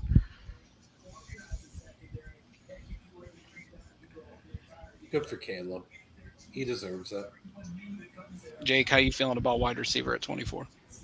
I mean, I feel like, for me personally, I feel like that has to be the pick. I'm just kind of trying to. I mean, Lemon's going to be gone. I won't be shocked if he goes to Miami right here next. I like Omar Cooper. I'm bigger on Cooper than I am Concepcion. I like Denzel Boston. That intrigues me a lot. I love Those Boston. are Cooper, Concepcion, and Boston. Those are the guys that intrigues me here. So I'm very curious. I do think they should go wide receiver, obviously. So Here's the thing. Now that you have 74, I'm going to shoot my shot. They ain't going wide receiver 24, guys. They're going to pick one at 39. They're going to pick one at 39, and they're going to pick one of the others at 70 or 74. So what we go Chris Bell at 39. He's hurt. Chris Bell, Chris Brazzell, maybe Bryce Lance, one of those guys, and then maybe get a Ted Hurst. One of those guys at like 70, Skylar Bell. Or like you said, they go McNeil Warren at 24, and then we. That's what I'm thinking. They added 74. So do they go Jeremy Bernard at 39 and maybe something that's else? Another name? But what I'm getting at is that right now, Fano, if you follow the breadcrumbs, you can see who the Browns really want. And I really think they really want EMW at 24. If you're asking me who I think they want, that's who I think it is. I won't hate it because I like him. So. I don't think he's going to make it, potentially. But I also will not be surprised, depending on the board, if they go edge. And I'm just going to tell everybody on here, be very prepared now that they have that extra third-round pick. They're going to take 2 wide receivers tomorrow, whether you like it or not, and you're not getting one today. Jeremy Bernard and Ted Hurst. Come on down. Oh, I'd be That honestly would make me sick. Oh, I'd love it. I'd Sick, love every second of that. sick in a good way, Alex? Bad.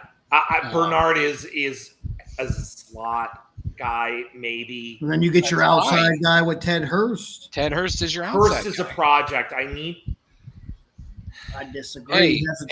I'm not saying he can't be a wide receiver one, but again, it goes back to we're relying on Jerry Jeudy again. Thanks for coming in. Thanks, Boo. Appreciate you, brother. Appreciate it. We cannot put, if we really want to sit here and think, Shador or Deshaun, and I hate asking this question, but if they are going to turn it around and we're going to have our quarterback answer, are we really prepared to sit here and say, yeah, Jerry Jeudy, go out and be wide receiver one again, and here's Jeremy Bernard and Ted Hurst. And Isaiah Bond. Like, figure it out. Like, is that really an improvement? I feel like we're I just feel like we're throwing darts at a wall. Dolphins pick. Hey, we're up to 130 subscribers now on YouTube, so thank you everybody that's been watching. If you're not subscribed already, make sure you do, and hit that like button. This pick just blew my mind.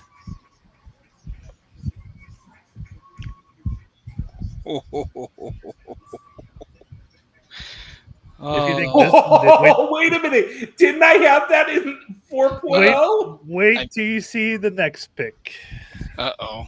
Oh, Lord. Who the Rams? So my prediction of the offensive tackles not flying off the board was horrible. So, wait, Jack, that would mean right now 4.0, Fano, Mendoza. Let me pull it up for you real quick. Wow. I'm going to give myself half point on Bailey because Wow. I know I said Reese and I went against myself. I should have stayed with it. But I think I said Proctor at 11. So I give myself the point with the team. Didn't I have Downs making it too? Okay, so you got Mendoza, Bailey. You got Fano, technically. I'll give you a half point because I was at pick 6. Yeah. I kind of think of the correct team. You got Downs, Okay. but yeah, Proctor was the one we did. yes. Okay. I saw the Rams pick, and get ready, guys. You seen it? I seen it I on saw it X. on Twitter. I'm Hold keeping up. my phone down. So it's obviously something that nobody sees coming because If it's you not Lemon. Because I'm Okay. thinking Lemon. It's Wait, not they Lemon. didn't do. I'm not going Jake- to say the player. Omar Cooper. Did they Jake. do it? I'm gonna tell you this: if you've paid attention throughout the whole process, you won't be stunned. Did by they who the really Rams- do it at 13? I don't know what you're talking about, Alex. No way. Alex, what'd you say? Hold up. Tell me. Did they really do? Is it Omar Cooper? I'm not telling you. I think it has to be. I want you to be surprised. The pick is in. Yeah. So when we come back, and you can.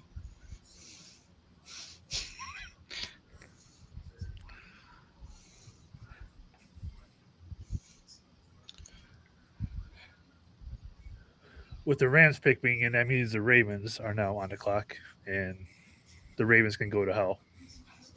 We know I who saw the the Ravens. I We saw know the who the comment Ravens are gonna in our thing earlier. The Ravens can go to hell. Yeah. I told you the AFC North voodoo magic is so strong. Caden Proctor. Like I just. Good luck Jack- in Miami. With Baltimore on the clock and him sitting there, remember when I told you, tell me when you see it? In a way, I thought I was crazy he would slip there, but the more and more I ran them, I was like, he's going to slip. God dang But it. and the thing was, like Schultz today was like he could go top 10, and then I'm like, where's he gonna go? That was it. It wasn't even like the report that came out because everybody's already cleared him. But it's like, and we're talking about Ruben Bain, guys, because it looks like it's going to be. No.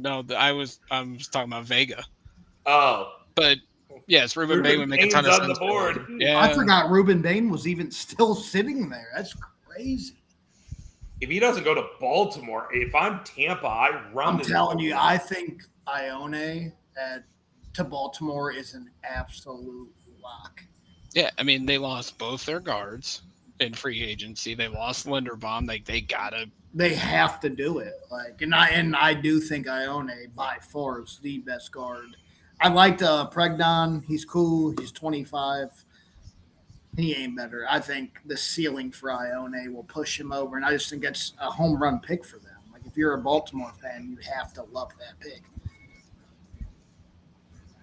You guys have me really thinking on this pick, man. I'm like, is it Omar Cooper? Because I had seen him as high as 13. I think you're really overthinking it all.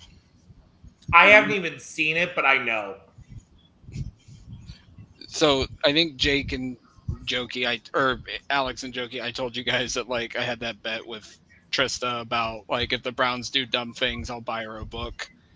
So I texted her. I was like, I don't know. I did the. I don't know if you do or not. Well, They, no. they were Monroe gonna take it to Freeling? 6. They traded down. Well, Like, so they Jake traded Bain. down, but I told her I was like, I don't mind it because the guy I wanted was gone, Tate. So then when they Jake- picked Fano, and I'm fine with it, I told her, and she sent me all these gifs of like angry faces. Like But I did buy her a book today because you should just be a gentleman and buy her book regardless. well, so there's I don't know if this is a real thing or she just tricked me, but I'll do it for her anyways because I love her to death. It was Book and a Rose Day, so I sent her roses to work today, and I Amazoned her a book. So I did buy her a book today. So I think we should just all drop out and have Jake's face for the pick because he can't figure it out. this might actually be. Is it this Monroe actually- Freeling? Like, When- Do it, Jack. I think we Take should, those- You are Monroe overthinking Max- this way too I haven't much. even looked and I know. when Goodell. Hey Jake, when Goodell steps to the podium, let us know because You're welcome, Jack. It's Rappaport on there right now. yeah, it's rap sheet. Jordan Schultz is Yeah, coming in ESPN's off the on top rope commercial. here in a minute. Tony, how you doing, man? I work with We can get Anthony. Lemon or- Tony, Oh, thanks for I watching. wonder you- if Lemon's gonna slip. What's going on, Tony? you stopping in? Thanks for joining in. Did the Rams not go all out to this year with their mansion in Malibu. Not They're in like seeing the board. it looks like they're in like a classroom. Ty Simpson? Like, the successor for Matt Stafford? Like, I mean, they're extending Stanford's contract, so I think it'd be a little silly to do that. Yeah, I only see Stafford playing 2 more years. He's got 1 more really good year left in him. You would think it would with be those Lemon, weapons, but he can go that full contract. Jake, you're trying to tell me that the reigning MVP only has 1 more season left in him? With Yeah. Puka, With that defense and with that Puka, Nakua, and Devontae. Puka, though, he's got 2 more. He's got at least 2 more good years with that arm. well, I wasn't saying. Hold on, let me correct myself. I wasn't meaning like 1. I was saying like 1 more like elite year of football for Matt Stafford. He might be able to play 3 more years, but those last 2 will not be elite, in my opinion. I could be wrong. It could be, but you would think it would be Lemon here, but obviously that's not, because you guys are. I think it's Cooper. If I'm really being honest, I really think it's Cooper. I thought that was my first choice. Is it Cooper over Lemon? Oh, real quick, Todd. Him or Sadiq? With the way they're reacting, I think it's him or Sadiq. Sadiq. I didn't even think about Sadiq. I would go Cooper over Sadiq. Real quick, Todd Monken just said they asked him about Fano's arm length, and he said, "I don't care where you put him, he's going to be an elite player." All right, here comes Goodell, and here we all. Yes, all right, here we go. It's just me and Jokey up here. It's just me. All right. Hello, Dawgland. I'm by myself now, so.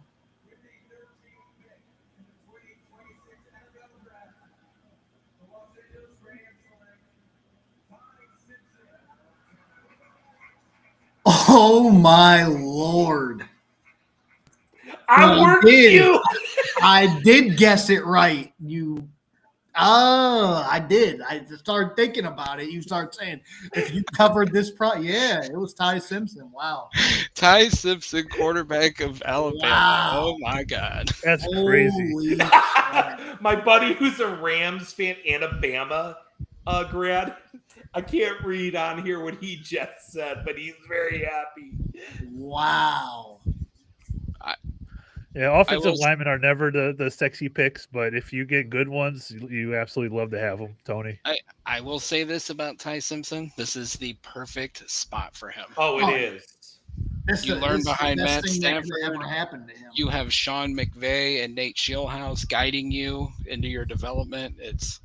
Let me say this. If we look at history, in 4 or 5 years, we'll be looking at this, and our media will be saying, "Why didn't you draft Ty Simpson at 6?" I'm getting breaking news. Dan Orlovsky is saying the Rams have just won the entire draft, got the best QB, and is already saying they are winning the Super Bowl. Oh, okay. So, Spencer Fano talking to the media right now. He drove straight from Indy to Cleveland, and the Browns that was the Browns' first formal draft visit. They snuck him in. Wow. So it's funny. Todd McShay was saying on his podcast today that it's always the guys who come in first are the ones they end up taking. Well, so the Browns brought Travis Hunter in first. They didn't bring Graham in until like 2 weeks before the draft. I feel like that they were going to take Travis Hunter until the Jaguars made that offer, and you couldn't say no to that. No, yeah, that kind of package, even though I was salty at the time and now I love it. Like, yeah, I think Travis Hunter was going to be the pick, even though like we all thought Barry was lying, which I love that he called the media out last week. He's like, you guys think I'm lying all the time. Let me ask you guys a question really quickly. So we get past the Jets at 16 and Lemon's still on the board. I'm trading up. You know what? I think if he's there at 16, I would think the Jets take him. Oh yeah. Well, that's what. No, I agree. Yeah, with you. I agree with you. Like, say he doesn't go 16, I am on those phones. Dude. Detroit. No, hold on. So I'm just gonna go through this exercise. Fano just said that he has long idolized Joe Thomas and can't wait to be mentored by him. All right, everybody go buy his jersey tomorrow. Is Chris Hanning in here? Because thank God, I'm a Fano fan now. Actually, listen to him. Unlike former tackles on this team, Yeah. so in terms of your exercise, so let's just do that real quick. Detroit won't need. They're going to go tackle probably Blake Miller, maybe Monroe Freeling. Mm-hmm. Minnesota's going safety, or I've heard interior defensive tackle. Mm-hmm. Carolina could take a receiver. Might. Yes. I like that fit for him. It's honestly like, not to cut you off, Alex. I'm just gonna say it's Carolina, the Chargers, and Philly. Those are the three teams that I would make me nervous after the Jets. Dallas want 107. But Alex, I kind of agree with you. I think they go McNeil Warren at 24, and then I see us like the Fowler report about them moving up. Like, if there's a receiver they target, and let me pull up the list real quick of the guys they brought in for a visit. Chris Bell. I keep circling that name. Chris Bell, Boston, Jeremy Bernard, Concepcion, Omar Cooper. Like, those are the guys left that are in play. All right, so we got Ione's definitely going next, in my opinion. You sure about that? Uh-oh. What? Do we do it again, Alex? Like, you sure about that? Like, I did bring up the Sadiq idea with them, and I mean, listen, like Ruben I don't Bain, know the pick. My phone is down. No, yeah, I don't know it either. Oh, see, this is the thing I hate about Baltimore because I keep forgetting Ruben Bain has not been selected. Are we surprised he hasn't been picked? Yes Not and no. really, but at the same time, with no criminal charges, Well, the arm length was also a big red flag. I don't think that's why he's falling at all. All right, here His comes the hands last- are partially. so violent, man. Hold up, here's the pick.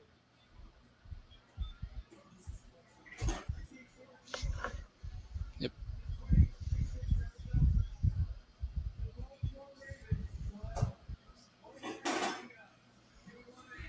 Easy pick. It's been a lock since day one, fellas. Oh, I thought. I'm sorry, Alex. Yeah, no, it's I got another one in my mock right. I thought you guys were messing. I thought you with the right teams. no. We really didn't see it. We were, Alex is just gonna, keep on working everybody all night. That's what he does. I thought whenever I came back, you guys. There's a reason he's got that belt on his shoulder. shout out Jarrett for watching. Skaggs, what's up, brother? Where's my buddy? I don't know. I was Buccaneers pick is already in. with Fano, like I was just like so like I was unsure because like when it just went to straight like everybody was saying Fano, I was like it can't be him. But I'm just glad it wasn't Proctor.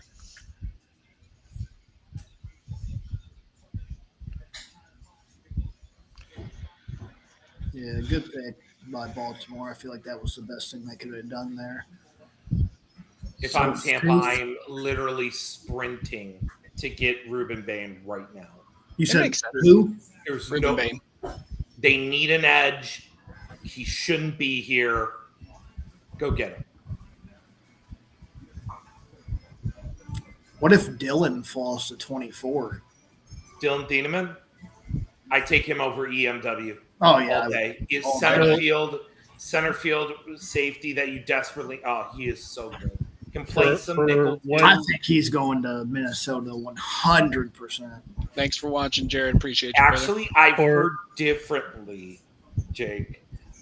With the loss of multiple interior defensive linemen, would not be shocked if it's Peter Woods. Yes, I had safety kind of picked there, but the more I thought about it today, Over defensive McDonald? tackle- yes, I My bad. sorry for the Vikings at 18. I've heard Peter Woods big time. All right, Jokey, what were you trying to say, man? All right, so currently on DraftKings for the number 24 pick at plus 300 are all of Denzel Boston, Omar Cooper, KC Concepcion, and at 850 Caleb Lomo. Hear me out. Didn't you say Monken? Because you seen that mock that I posted this morning, right? When we got Jordan Tyson at 20, I had us getting Lomu and Fano, and then getting Tyson falling to 20, which that's off the board. But you can't go Lomu if he's there. Like Monken already said, Fano's playing left tackle. So. Yeah, I don't see them doubling up at tackle. Monken, for me, the reason that Monken has grown on me is because I don't think he's that typical Jimmy Haslam type of hire where he's just going to suck up to him. That's just not in Monken's blood. No. He's So already that's worked why under him before, so it's. I will say, if we came out of this first round with Lomu and Fano, it's not what I would have done, but if I sit here logically and think about it, it's not a bad first Kick round. Titus inside, put Fano on the right, Lomo on the left, or vice versa. And Vice versa. Like, I'm not going to. Or Elton Jenkins is going to play center, even though he's better suited as a guard, and you put Fano at right guard and Lomu at left tackle. But I don't see them doubling up on tackle. I think that would really rile up the fan base. They made their bed now. They can't go back on it now. Yeah. You still have Freeling. You still have is it Ianachor from Arizona Freeling's going State? 17. Jokey, I'm proud of you for pronouncing that last name correctly. I heard it on the radio earlier, so I'm like, oh, thank goodness somebody said it, so I knew how to pronounce it. I know I heard it today too, and I was repeating it to myself. Ianachor. I was like, I'm gonna get this. I think Freeling's gonna fall to Pittsburgh. Kenyon Sadiq, man, if he's in range, I could see the Browns. They value the him. Browns also have ammo to make a couple of trade ups if they want to. If they want to come up from 24 and 39, they have the ammo to do so with those 2 third-round picks now. Yep. That's what I brought up, man. I think Lemon 100% goes with New York, but if he doesn't, Detroit's they're going tackle. Minnesota does it. Maybe Carolina you move up with, because I think Dallas could take a receiver. I could be wrong, but Pittsburgh definitely is not letting Lemon get past them. No.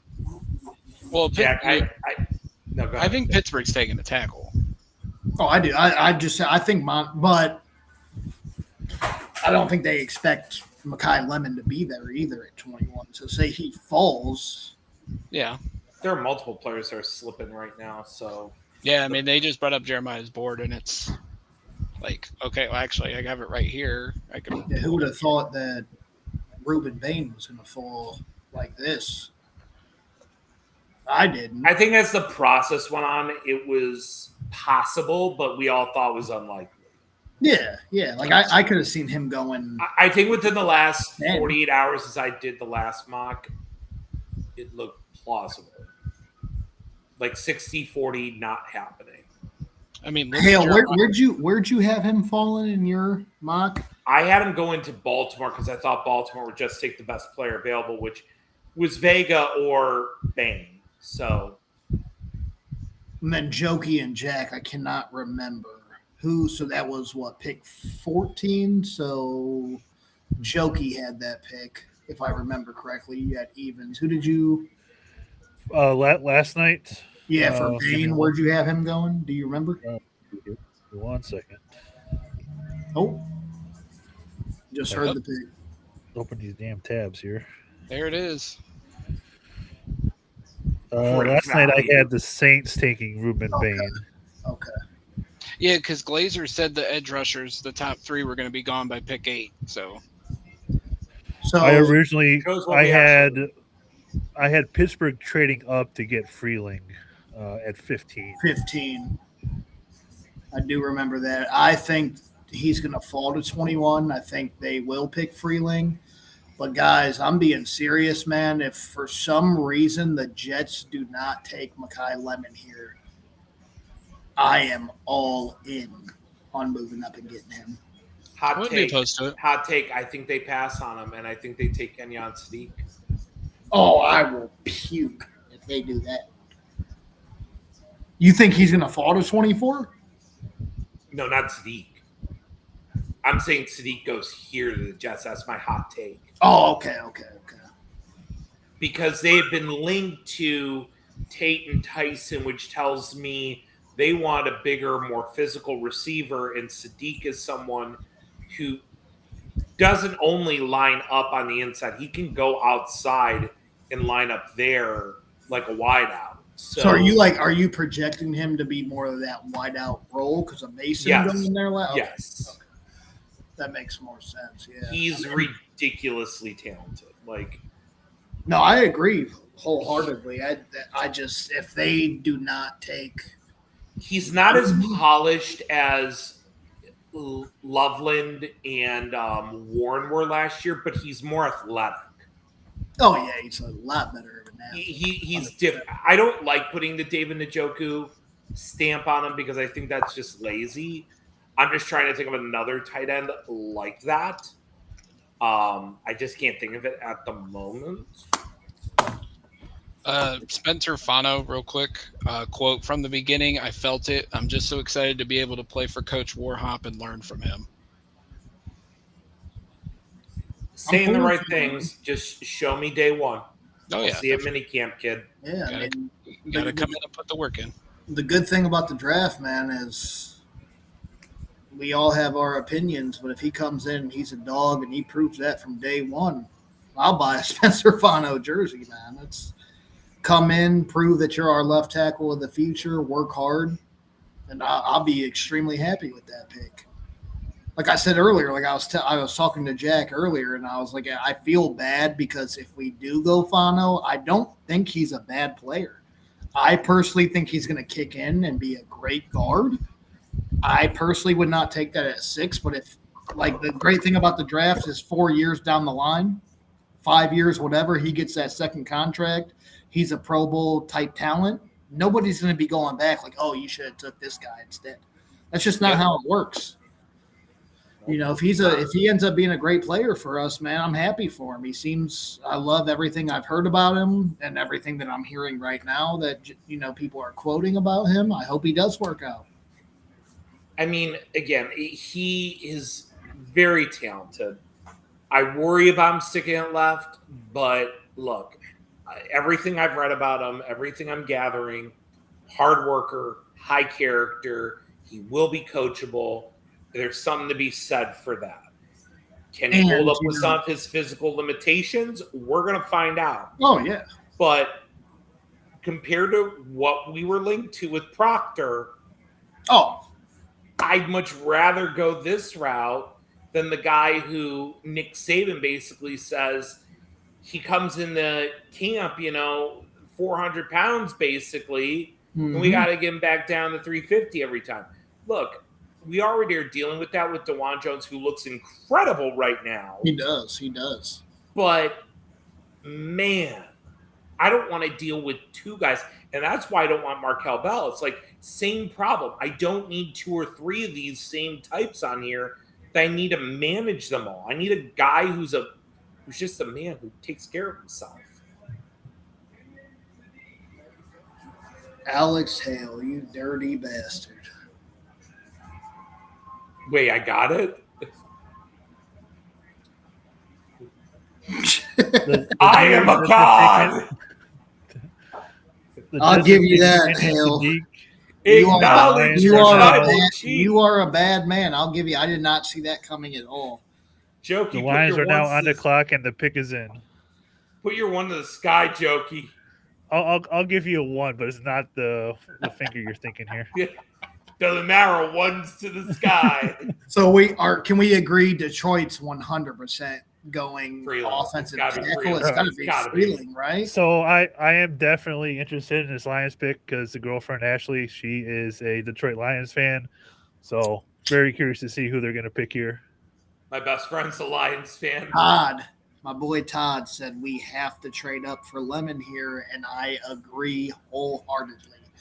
Minnesota's not taking him. I don't think Carolina. No, Carolina could. Carolina could.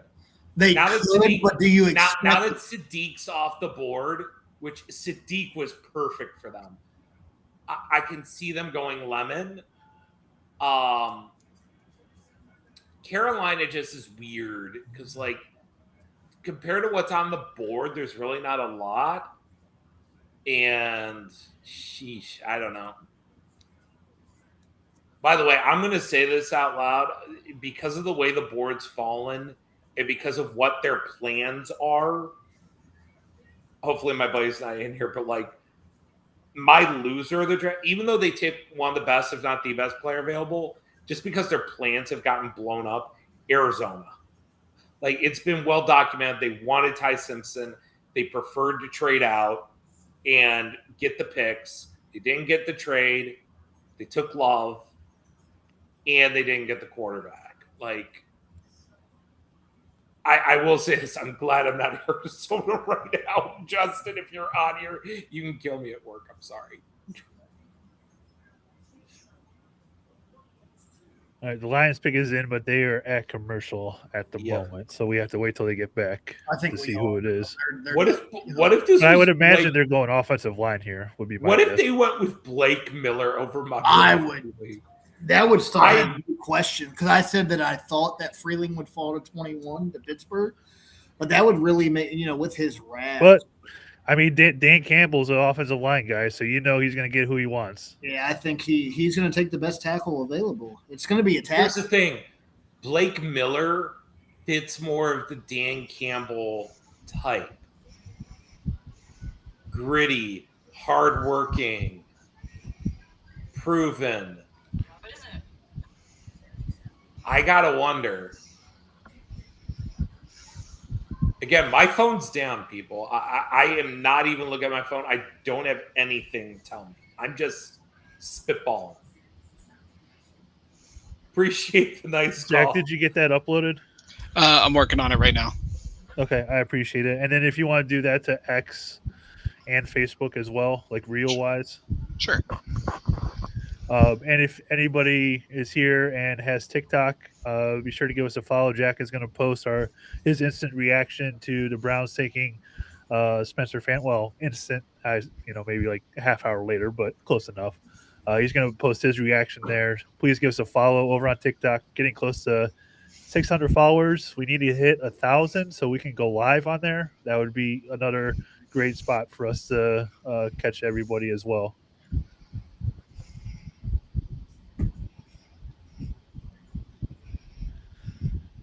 It's amazing how much more traction we've gotten on TikTok than YouTube. That's No such doubt. Dude, it's so easy to, like, I swear TikTok just works, man. Like, you post content people want to see. It's easy to grow on TikTok compared to everything else. Yeah, if you post consistently, like the algorithm loves you on TikTok. They do. Like when I tell you, man, when I had to move on to this new account last year, like I already had this account, but like when I lost my old page, like I had to grind to really. You got so many followers so quickly. But when I tell you that I was really focusing on it and grinding to do that, like when I tell you I was legit grinding for it, I mean that wholeheartedly. Like TikTok, dude, you could post one little thing that catches that algorithm and you're blown. Yep. That's why I would kind of love for us to dive into more NFL news, because if we catch a wider audience with that, that would be you'll blow up.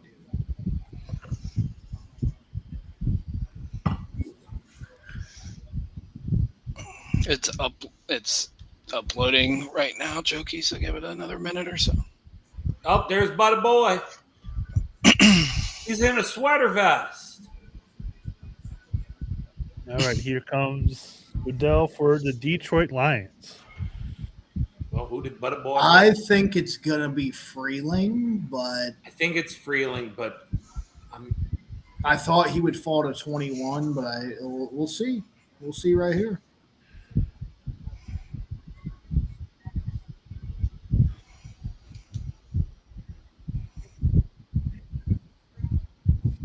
if it isn't Freeling, I would love to jump in front of Pittsburgh and take them, just to spite them.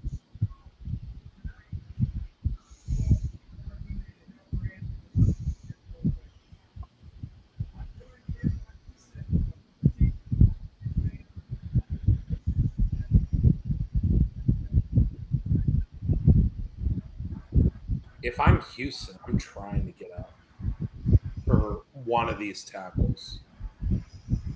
San Fran too.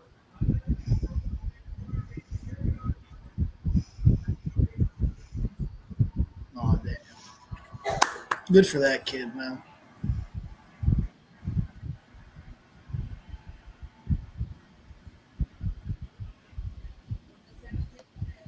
Also, for Jack Duffin has done the math already. Browns saved about $10 million overall by trading down 3 spots Wow. to get Fano at 9 instead of at 6. Wow.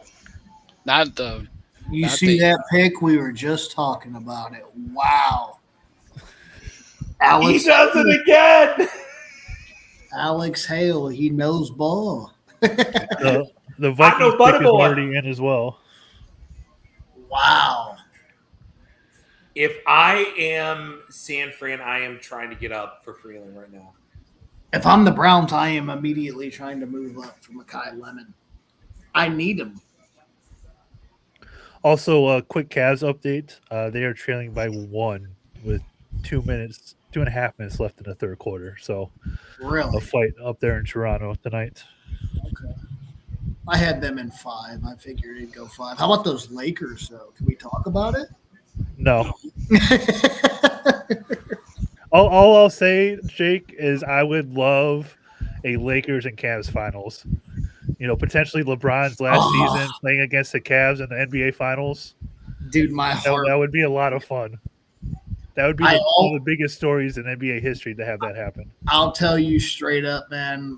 Yes, I'm a Lakers guy, but my heart would be so torn, man, because I just love the Cavs and I love the city of Cleveland, and to see them win championships, man, it's all I want. Would you say you're more of a LeBron guy than a Lakers guy, or has it always been the Lakers growing up? No, it's always been Lakers. You can ask Jack. I've always been a Lakers guy, man. It was more Kobe, dude. Like, my grandma got me, with the Lakers because of Kobe. So this is what? Where's Alex at? Alex is just It happened when he's you hitting every pick. Fire your GM late into the offseason. What? Wow. The Minnesota Vikings have taken Caleb Banks, defensive tackle out of Florida. And Alex straight up predicted that was going to happen. Caleb Banks. Wow. The Panthers. Yeah, you pick weren't is here, already Jack. in. That's what Alex said. He's like, don't be surprised when it's Caleb Banks. I thought he was absolutely nuts, but apparently not. He wasn't looking at his phone, was he? No, I was not. I actually went to the bathroom. I'm starting Now to that think you're you are touching looking me. at your phone over there. My buddy who's a Vikings fan, he just texted me. He goes, what a shit pick. Freak. He is a freak athlete, but he is so freaking frustrating. He should be Jokey, it's taking forever to upload the TikTok, by the way. I don't know why. You heard what I said on the Barking Browns. The reason I love Jake Slaughter is because he was every single day going up against Caleb Banks, man. The Panthers pick is in, and the Eagles have traded up with Dallas. They have swapped picks. Eagles are going to take Freeling, son of a. Wow. Yeah, they're taking Freeling. Jerry did a deal with Philly. Okay. Holy crap. We probably got like a third. He found the Let's just glory say, hole. I am very excited for this Panthers pick. I mean, let me go back to Caleb Banks real quick because he's the most frustrating player in this draft. He should be a top 5 talent based on measurables in some of his tape. he is so inconsistent, and he tends to play straight and lazy so much that I had a second, third round grade on him, and I kept saying, "Am I watching Gerard Warren all over again?" Like that's what I think. A bigger, more athletic version. I'm like, am I just watching Big Money again? And props to him. He got the clean bill of health. He broke his foot and still ran like a 5 second 40-yard dash at his size, which is insane. Dude's a freak athlete, but I like where he went at least. I think Minnesota's going to be a culture that gets him motivated. I do have the trade details for Philly and the Cowboys. This I got to hear. The Eagles trade for 20 and a 7th round pick from Dallas. The Cowboys get 23, 114, and 137. Okay. They didn't even get a third? No. Seems to be what the value is. So, I mean, if... I get that, but like in division... But it was a 2 4th round picks to move up 3 spots. And Dallas has now jeopardized themselves depending on what the Chargers do, because I had long had Keldrick Falk going to the Chargers. Now, this could mean that the Malachi Lawrence rumors with Dallas are true, and he could be there. Now, just looking at the board, depending on what happens, I don't really know what Carolina's going to do. It may be Mekhi Lemon. Philly's going to be Freeling. Pittsburgh. Listen, since Philly and Dallas just swap picks, Cleveland and Pittsburgh are going to swap picks and make the crowd go freaking That would be nuts. And Cleveland's picked Mekhi Lemon. How'd they do that? Honestly, like... if he's there at 24, you got our boy Andy Cleaves is in the Andy, it could happen. These dummies need to go get Lemon. Andy loves Mekhi Lemon. We have had fierce debates on him being the best. Andy, if you want to hop in here, the door is always open, my friend. Yes, sir. Oh, Andy? Oh, Andy, yeah. if we take Mekhi, you need to jump in. Andy is always welcome. That is... I love Andy. He's a good dude. This ain't the same old Browns. This is different. Andy, if you would have came a little bit sooner, I have been begging for like the last 15 minutes at least to move up. You got to, after he fell past the Jets, you got to move up and get Mekhi. Say they stay put and they land him, incredible first round. I'm excited. Even with me not wanting, I would have rather had. I need to hear Pittsburgh's reaction to this Panthers pick. Uh-oh. Monroe Freeling. What the hell? Hold on. I had him falling there. That's why I say this. Oh, that's probably why.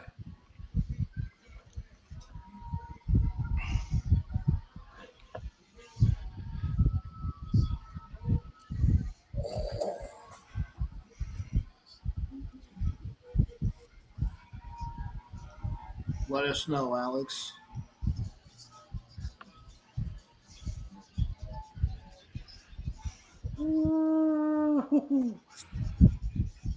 Did not see that coming at all. So Philly's coming up for Iheanacho or Lomu, possibly. No, they're coming up for Lemon. They're going to trade Brown and have Lemon. I don't think that's going to happen. I think you were right. First, they're moving up for a tackle, I think. Which I'm telling you right now, if they do that, if they take a tackle, Pittsburgh is going to have Lemon fall right into their lap. I'm telling you. I don't think they're going to take Lemon. Oh, I do. Who are they don't take? need a wide receiver. They don't. They need a little bit of everything out. Who do they have at wideout? That's. How about Emmanuel Pregnon, the guard out of Oregon? What about Caleb Lomu? Max? I'm not saying. I hope to God they take either one of them. I hope to God you're right. I'm not pushing my chips. This is the tackle run that we've been talking about. Philly.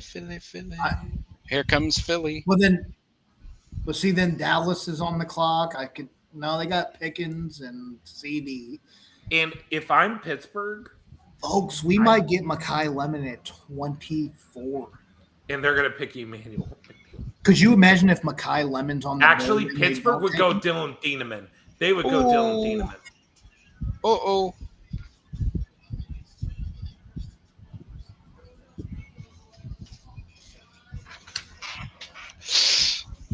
Yep. Yep.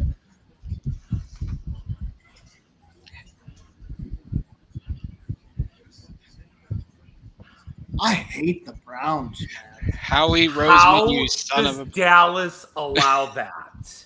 I absolutely hate. They allowed it because they just took Caleb Downs. They allowed it because Howie knew what Andrew was going to do. For all we know, the Browns could have been on the phone with the Cowboys too. If that's all it took, man, I would have made a better offer. I would have offered 107 the better picks. But again, I think he didn't interview well with certain teams, but this is a beautiful place for him. AJ Brown going to go to New England now. So Yep. they'll have, what, 2 first-round picks next year? No, I'm Well, not we're assuming that's what... I don't know if he's really going to get giving up Gardner two. a first-round pick. Absolutely crazy. Hey, I'm just saying, oh, you got 2 2027 first-round picks? Would you like to talk about any players, Philly?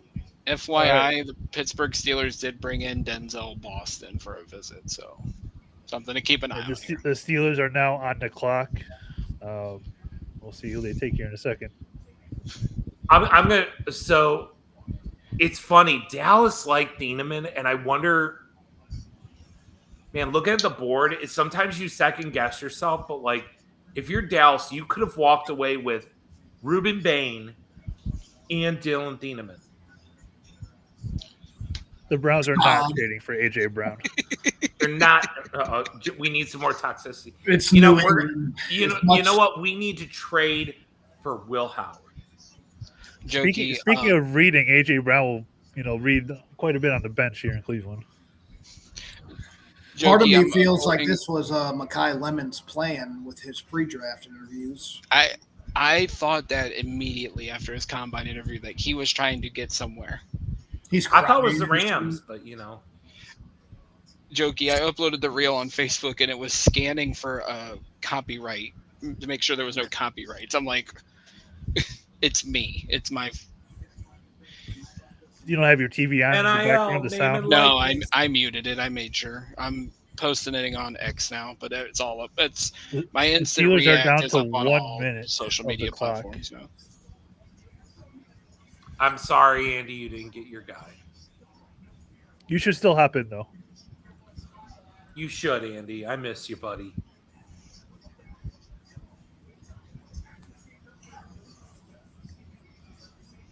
What Down a to steal. 45 seconds, and the pick is in for the Steelers. Drop a trailer for that new video game.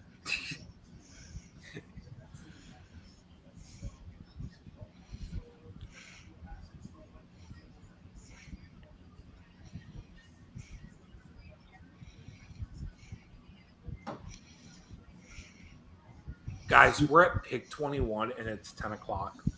Love it. Probably be done I by want to. 11 I o'clock. want to hear his interview. Makai Lemon. All I hope is we don't swap picks with the Chargers. He's got sunglasses on, so he can't give the crazy eyes. Yeah, we're swapping picks with the Chargers, Jack, because we're going to be taking Drew Aller. Uh-oh. What happened? In my connection, hopefully nothing's happening. Well, still says Now we're on looks there. good. Okay. Yeah, it buffered for a second, so I think probably because I'm trying to upload these videos, it might be buffering my... The pick is in. I already know my CO from the Army. He's a Pittsburgh guy. Pittsburgh I Steelers are hope taking Drew Aller, quarterback. I hope to God they do something dumb. That would be hilarious. Carson Beck, quarterback, Miami. Oh, they're playing Thunderstruck? I thought they'd play Renegade. Renegade, yeah. Styx is about to be right across the street from me in like a couple of weeks.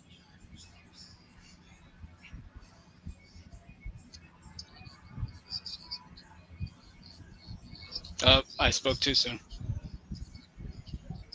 Yeah, that's a quick mute. I like the song. I just hate that it's affiliated with this crap team. I actually love Renegade. I don't like Sticks at all, but I think Renegade's such a good song.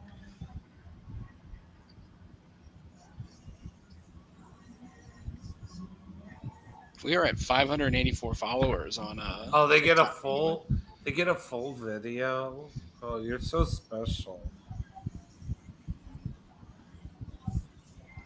I hate the Steelers so much. I hope they screw this pick up.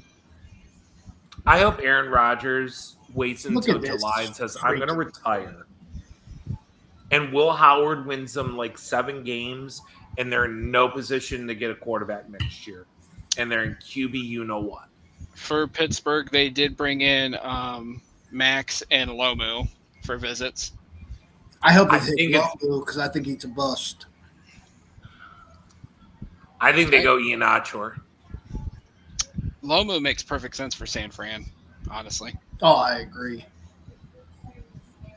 Sit But behind Trent Williams. The Steelers tend to pick the best player available, and it just would not stun me if it's Steeneman or McNeil Warren, maybe McCoy. Unlikely, but I feel like this is, yeah.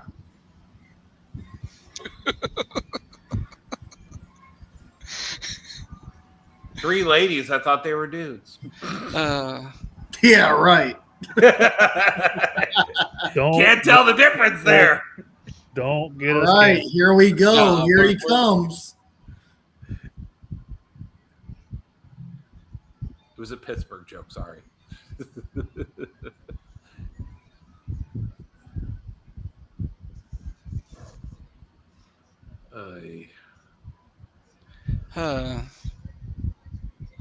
It sucks that Bettis was a Steeler because he's such a likable dude. Yeah, he's somebody that even though he was with Pittsburgh, like I idolized him growing up because I was trying to play football with asthma too, and I know that's something he did. Right. Yeah, I liked Bettis as much as I hate to say it. Ohio State's the towel greater than the terrible towel. Without question.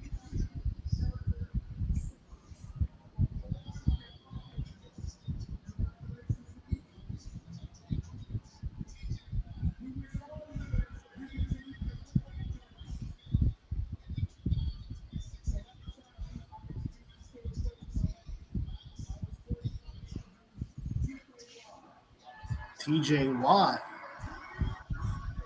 Let's see.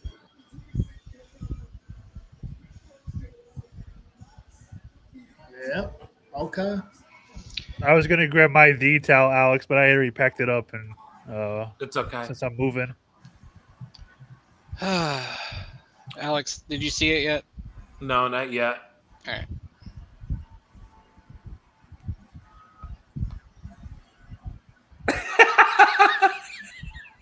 On this, I'm going on a generational run. Are you friends with Jordan Schultz? Because I heard he's tipping like a MFer. He follows me, but like, guys, you've not. I've been looking at the screen, not even my phone. My phone is No, down. I This believe is you, a man. generational run right now.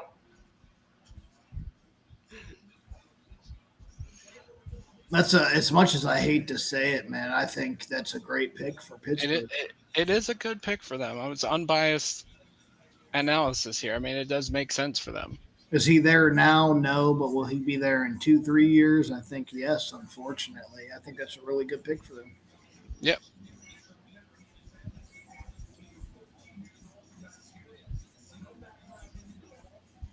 I did not realize they met with Cole Payton and Taylon Green, so that's something to keep an eye on Saturday for Pittsburgh. Pittsburgh. Yeah. Oh, please take Taylon Green. Please take Taylon Green. No, we got to take Taylon Green. Have You watched already his know Bill. passing? Could you Yeah. imagine Jack Bill? Oh my God, Oh yeah, Bill Sparks would be in love. Bill would. I don't he want- would I lose don't- his mind. Out of the two of those guys, I don't want him getting Cole Payton. Cole Payton's upside scares me. Chargers pick is already in. Dallas is probably already in too. I will add this as we get to 24. The Browns were correct to take a left tackle with their first pick. Because if you think about it, had they not have done it, there's a chance only Lomu is there. I know Harbaugh wants to take a Buckeye here. Caden McDonald. That's why he's got to pick Jershon Barnham or whatever his name is. Are legit these Pittsburgh fans all leaving now because their team picked? Yes. In fairness, that happened in Cleveland too. It did. Then again, we were 26, so Right. I understood Pretty much. that. They do owe us another draft, by the way. And we'll get one again, I'm sure, especially after the stadium's up in Brook Park. We're getting a WrestleMania first. Oh, yeah. Bernie Marino went to the bat for us yesterday. Best thing he's ever done. I got Alex in mid-drink. Thank you for saying that. You're welcome. He really put the pressure on Nick Khan. Well, I will not say the joke I said to Jack privately because we're gonna. Don't get us canceled, please. Yeah. If we end up ever getting canceled, not for politics, please. I'm with Mike. Omar. I Omar take Cooper. Boston. I mean either one, honestly. Yeah, you need the size. Omar Cooper's got size, don't he? Isn't he 16? 6 foot. Okay, well, hey, that's bigger than most receivers we've drafted lately. Give me McNeil Warren. I wouldn't be mad about that either. Honestly, I would pick Thieneman instead of Warren right now because of what we need and who we have. Chargers Thieneman pick. can play some nickel. Wow. Okay.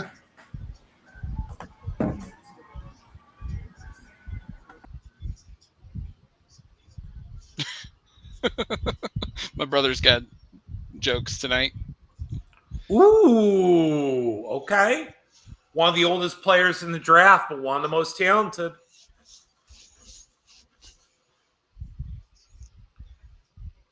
Great story. 67 pressures. And Bain had like 83. Like, that's just insanity. Everyone said if it wasn't for the knee tear, he would have been like a top pick last year. Yeah. I mean, we saw it firsthand in the college football playoff what him and Bain did to our right side of the offensive line. You know, Tony, I wouldn't be mad, but I just don't see that being likely at all. We need a playmaker. I hate saying this, but if we go by Andrew Berry's tendencies, I'm going to throw it out there because he fits the guardrails outside of injuries. It wouldn't shock me if you went Jermon McCoy. Ooh, man, that's risky. I think it is, but he fits everything else.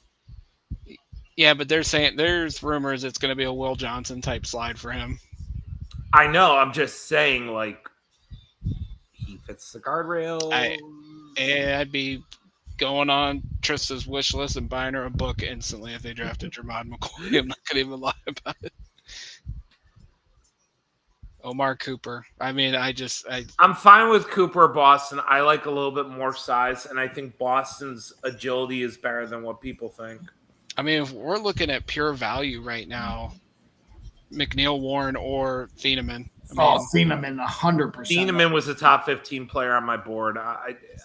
Because I know a lot of people are saying like, why draft a safety? Delpit's in a contract year, and I do think that's part of the reason why he wasn't at minicamp this week.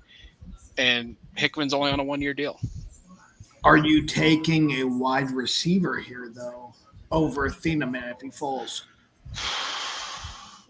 I mean, if we're going by a board, I mean, you take Thieneman. You take him. You have to. You have to. You can hop up from 39 and grab a receiver. I agree with Alex 100%.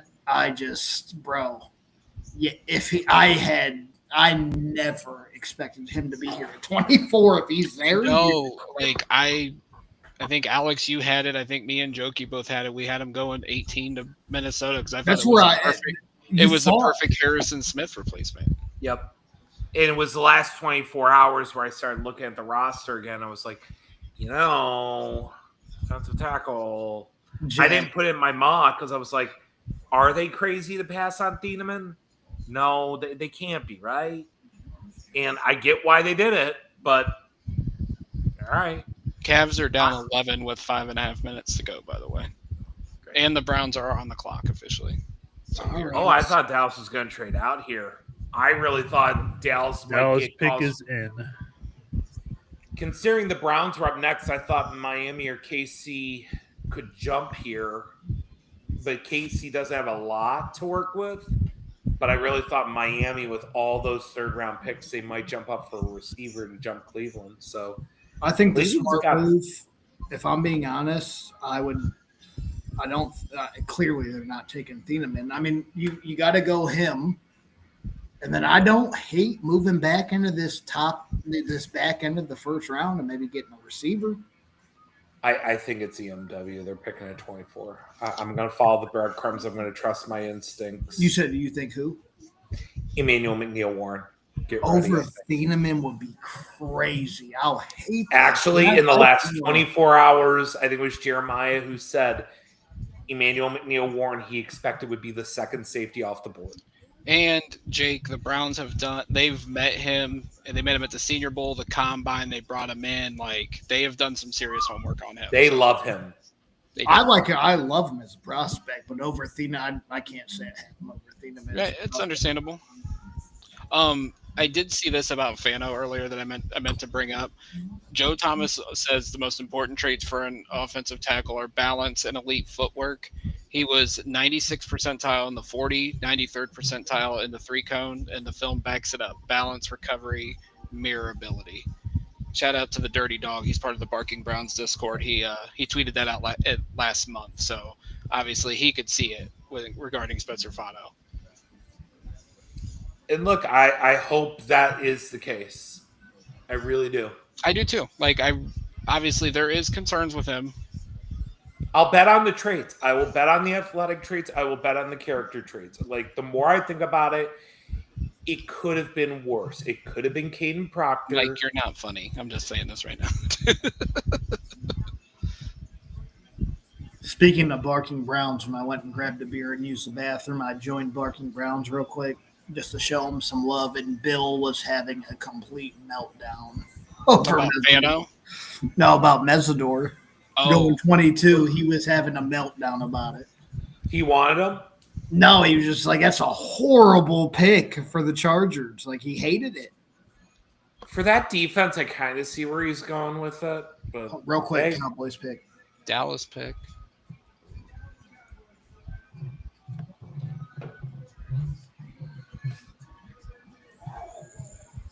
I knew it was coming.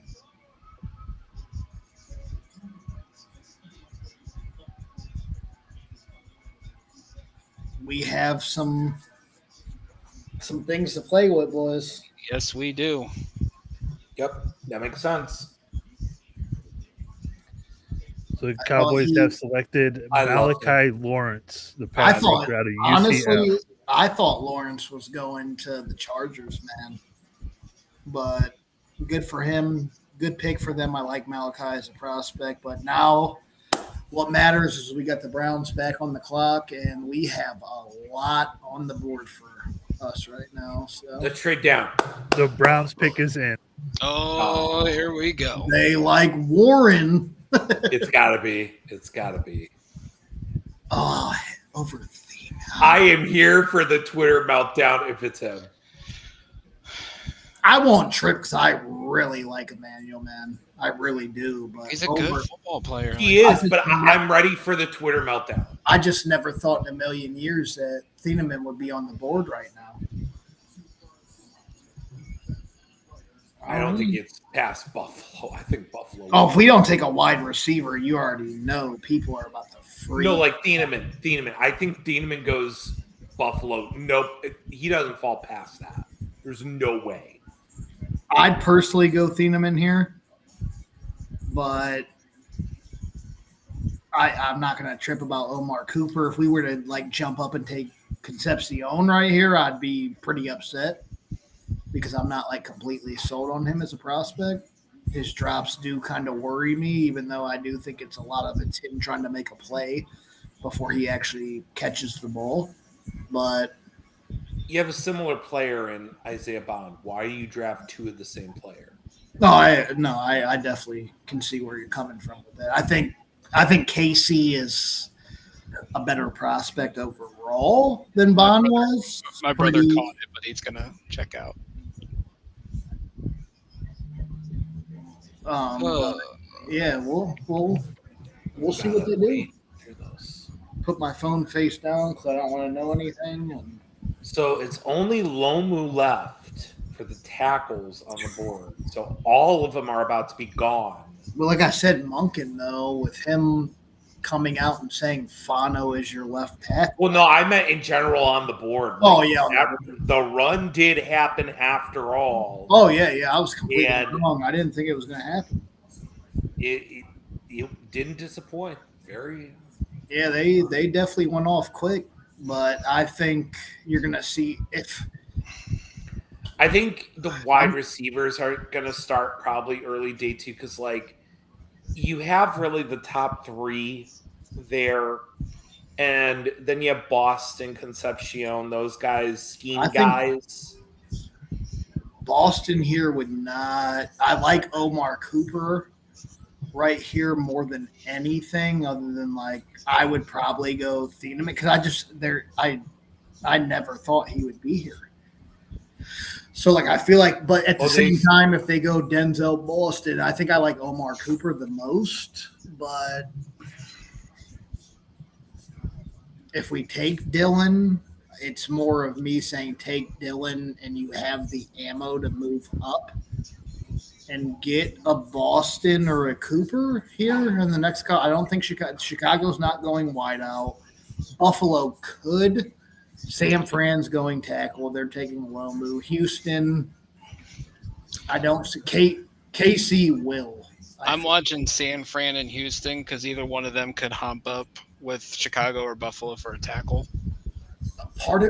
Most of me is just saying take Dylan and move back up in this first round and get either Denzel. Seattle is that circle like they would like to trade down. Maybe Jack, I sent you the graphic for it for the player. Just don't open it yet. Okay.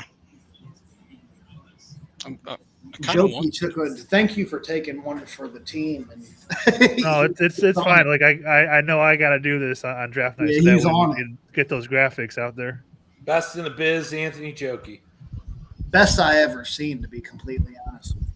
Yes. We will miss you tomorrow night, but enjoy the monster. My girlfriend Ashley is listening, so keep on talking me up. I appreciate it. My goat. I enjoy him. Luckiest woman probably on the planet, if we're being honest.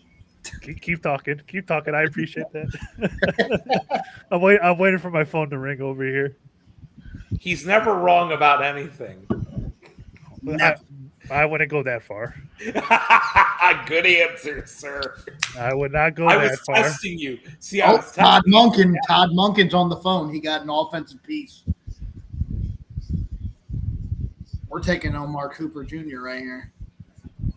All right, Jack, open the thing to get it ready here. I mean, he's the head coach. He's going to talk to whoever. I'll go as far as saying this: if we do take Omar or Denzel here, I'm happy with this first round. Here it comes. We are going to have a guest here shortly as well. We got someone that's going to come in for a few minutes.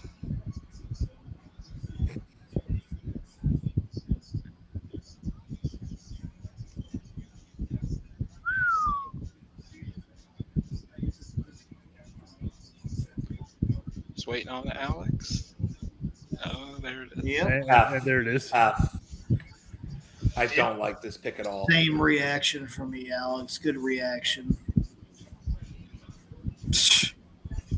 Yeah, I don't hate it, but I liked the other guys more.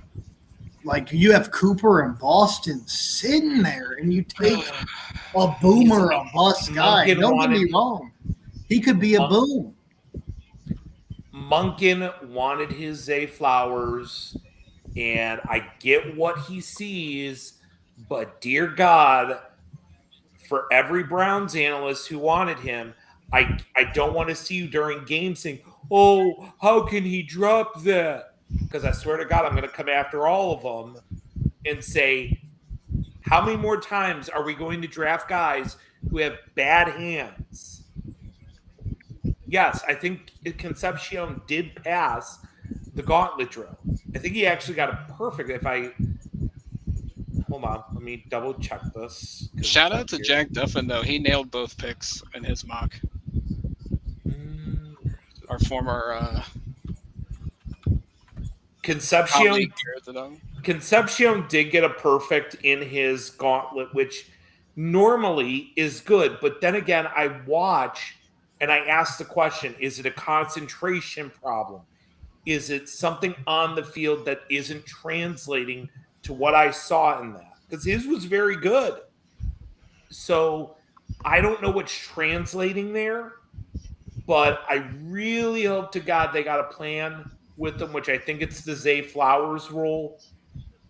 But I was not high on him. I think you need more size in that receiver room. You don't have somebody who you can just throw the ball up to at the red zone. I'm hoping tomorrow you address that, because if not, every team in the league is going to know how to defend you because you have too many guys that are the same. Tony, I agree with you in chat. Like, we can definitely still move into the end of the first round here. They have the ammo to do it, especially after their trade down earlier, picking up that extra third round pick. No doubt. Here's what Dane Brugler said. He had him wide receiver 4. His overall summary is this: an urgent gliding athlete. Concepcion isn't all the way there yet, but he has come a long way with his route running. And I think that's one of the biggest things why the Browns drafted him, is because of his route running, which I've heard is just raving reviews. But he has the lower body agility to elude the jam and is very intentional with his steps and body language, which allows him to gain vertical separation or detach at the top of routes. He isn't the most natural hands catcher, 10.3% drop rate last season, although he will benefit from a more receiver-friendly quarterback in the NFL. Overall, Concepcion must cut down on the drops and fine-tune areas of his game, but he is a versatile playmaker with an innate feel for getting open before the catch and creating after it. He has the receiving talent to become a starting slot or Z while also providing value as a punt returner. I will say this with Shador, who doesn't throw like the hardest ball, but he throws it when he has a clean pocket accurately into his guy. This is a good fit for Shador. Mm-hmm. Again, as much as I don't agree with it, I see where they're going with it. So I understand the pick, but overall, the big problem is hands. And I've been doing this too long in terms of watching the team and saying, I'm tired of watching our receivers drop open passes. Yeah. Go ahead, Anthony. I was going to say, let's take a look at the offense now, because now you have Concepcion, you have Jerry Jeudy as your 1 and 2 receivers, Harold Fannin as your tight end, Judkins in the backfield, a brand new offensive line. How are we feeling about this? It has the potential to be explosive. I'm not gonna try to beat around the bush on that. You got speed in that wide receiver room, but you still don't have a number 1, but you're raising the floor of the room. And I think that was the goal. Hopefully they get another one tomorrow night with one of their 3 picks. But overall, the offense has the potential to be explosive. You just have to see what you have out of Shador, or he who we will not speak of, potentially at the other as the quarterback competition carries on. But the playmakers are there, they have the ability to do it. It's just a matter of putting it all together. All right, so the Bears pick is in, and we have another trade. The Texans have traded up to swap with Buffalo here.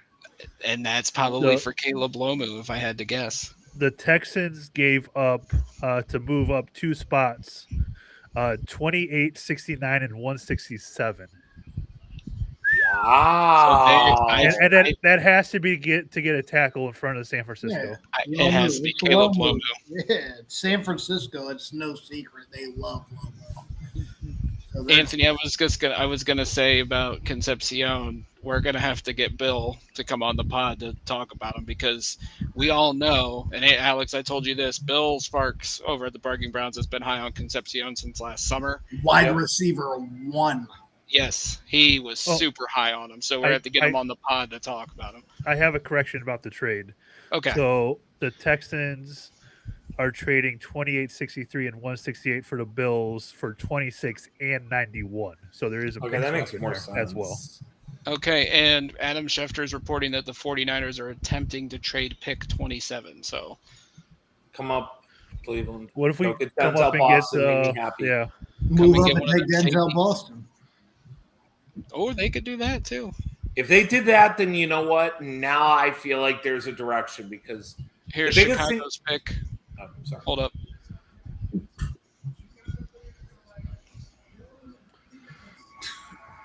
My Bears fan will be happy with this one. Home run pick. Fantastic pick. Good for Chicago though. I'm happy for their fans. That's a great pick. They have a freaking team that is making the right decisions for once. It's been a long time since they've had that, and I just pray Except, except moving to Indiana. Yeah, true. Although it's not that far outside of Chicago. It's just the logistics. The Browns drive me so crazy, man. Also, the Seahawks want to move pick 32, so that is another option. I would definitely be talking to Seattle. I'd be offering 39, 107, and another pick because they got like 5 picks. Well, we added that extra 5th rounder too, so give up. Yeah, no, what I'm saying is give them volume instead of quality, because if I can walk away and say I have 70 and 74 tomorrow, and I got, let's say, McNeil, Warren, Concepcion, Fana, I'm feeling really good going into day 2. Like, I'll give up 39, 107, and another pick. With the way these trades are going, I'm good with that. Or if Seattle wants to get creative, I'll give them 74 with it, but they have to give me back, like, the last pick in the 3rd round. Like, we have another trade. The Dolphins are on the clock, so I think the 49ers have traded with San Francisco. Wow. Yes, they have. So Miami's probably coming up maybe for a wideout. They get who they take first, or they're going to have to jump Miami. They're going to have to jump KC and Buffalo, so it's probably for a wideout. That makes sense. Probably Omar Cooper. Omar Cooper, I would think, which should have been our pick.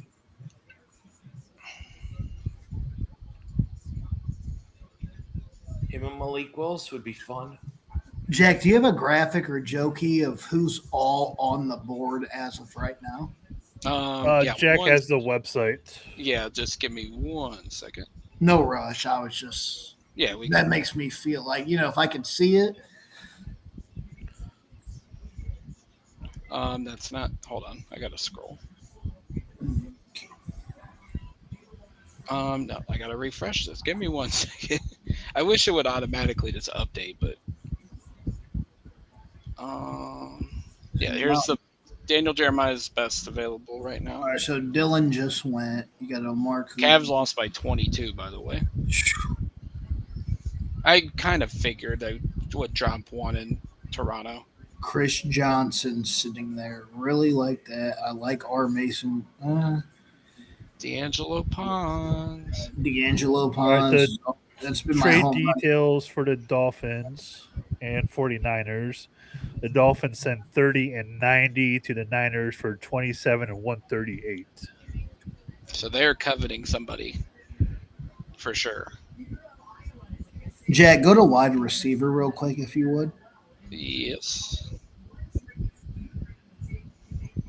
Denzel, Joe. So Casey's off the board. Casey's off the board. I don't know why that hasn't updated, but I like Antonio Williams. I'm not drafting him in the first, but I wouldn't take Antonio Williams at this point. If you've drafted Concepcion, you're going to have like 3 slot guys. well, yeah. I mean, if you're trading back into the first, you have to do it for. I'm just saying in general, like I'm already eliminating guys like Jeremy Bernard, Antonio Williams. They're off my board. Deion Burks, possibly, but he has return game ability. I'm looking at, Chris Bell, DeJohn Stribling, Malachi Fields. I'm not as high on as others. Denzel Boston, love him. You need guys that'll play the outside. Let me ask you this, Alex. So say Seattle gets on the board here, Mm-hmm. and we have Boston on the board still. Do you trade 39 for 32? We give them 107 and we flip that. I'm not familiar with like any fifth, sixth, or sevenths they have, but That's what I would start with. Worst case, or Warren or Warren's on the board. Get ready for the Houston pick. It's kind of a surprise. Wow. Also, I do find it very peculiar that the Browns haven't sent anybody out yet, so I do think they're probably trying to do something here. Yeah, usually by now Andrew Berry's back in and be like, "We're done for tonight." Yep. Yeah, I Alex, see that. or Warren at 32. Say that him and Boston are there. I'm not against trading 39. So wait, San Fran panic? No, wait. Why'd they trade down? How would y'all feel about Casey's Pregnon at 39 if we stay there at this point? I just hate that he's 25. He's older, but I think he's a good player. I think he'll be good for about a decade. I don't know if Pregnon's getting past the first round right now. Buffalo. Is he going to go over Basantis though? I have more Basantis. I would take Basantis because he's younger. See, I don't value the age as much anymore, years, but that's me. I think Pregnon's tape was literally just as good as how the hell do you say his name? Vega? Or Vega. But the thing is, yeah, he's 25. His journey's been different, so I can't draft him. It depends. It depends on where. In Cleveland State, I understand that. If you are a team like Seattle, New England, one of that, don't care. Like different situation. If you're Buffalo and you need a guard right now, you're taking Pregnant. Tony, most likely they probably won't make it to 39. If they did, it's a no-brainer. Unless Cooper, I don't think it's past KC. I forget who it was, but somebody said Rutledge could go late first round. I've seen that. Rutledge had a lot of love. I saw that. Early on, I was taking him in the middle rounds. Yeah, did I? Yeah, no, I did not. There was times where I'd draft him at like 70, but I didn't expect him to go first round, especially over Basantis. Tape-wise, I actually like Basantis more. Rutledge is just more of a grittier. Yeah, he's a grittier player. Physical guy that certain teams are going to want, and it fits that Houston style, Nick Caserio type, and also DeMarco Ryans. Those are the kind of players they want. So I understand where they're coming from. Although I question every time Houston ever takes an offensive lineman because it never works out. So just saying that. Real quick, Jack, back to Nick Caserio. Do you know that? I don't know if I've ever told you, that's Vinny Badaluco's blood cousin. I think you did have told me that before. That's pretty Because I told him, I was like, brother, get me in the family business. Like, what are we doing here? Nick Caserio is on my shit list because he robbed us of 3 first-round draft Yes, picks. he did. Yep. But, I mean, that's also, you blame the Browns for that as well. Sadly, all of us did not know what we signed up for at a young age. I mean, I jumped in 07, so I thought this was going to be fun after that year, and then Is I that how really late you dove in that late? yeah, because I don't like growing up, I didn't I watched football, but I wasn't like sold on anybody. Then like at first I was like I'm going to be a Colts fan because I loved Peyton Manning.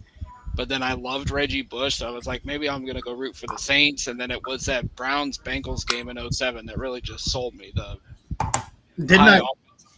I don't know if I told you, Jack. I think I did. This is my deepest, darkest secret ever. You once cheered for the Steelers. It's not just because I had a couple of beers tonight, but yeah, I did. My cousin Tony, who he was the brother I never had, I looked up to him. I cheered for the Browns against everybody besides the Steelers. I was just like, man, you guys do a lot of winning over there. Like, you guys win a whole lot, man. And then like the older, I think I was like 8 or 9. It was before that 07 season. It was like 03 or 04. I was just like, I really don't like right. you guys at all, man. We know you're a bandwagon guy. You're a Lakers fan Oh, growing up, so we get it. We get it. Stop it. Hey, that dude was Jake was a Raiders fan for a little bit a few years back. No, too. I liked the Raiders. I wasn't a Raiders fan. Oh, here comes the Dolphins pick.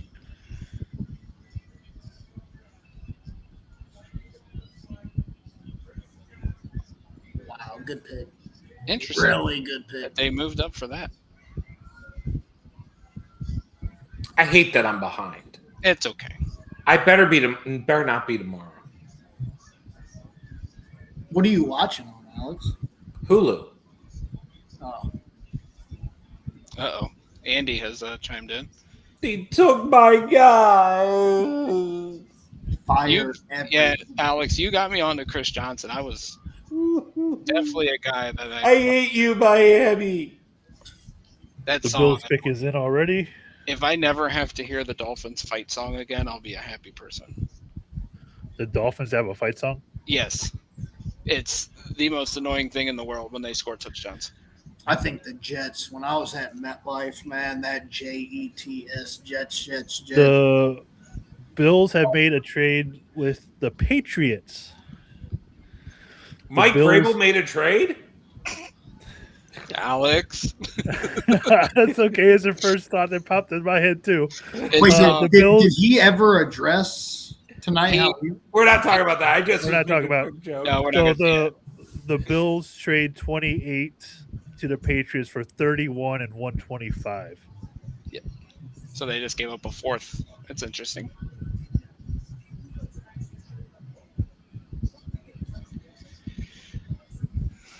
Was Buffalo? I'm really surprised. I would have thought they would have grabbed one of these wide receivers.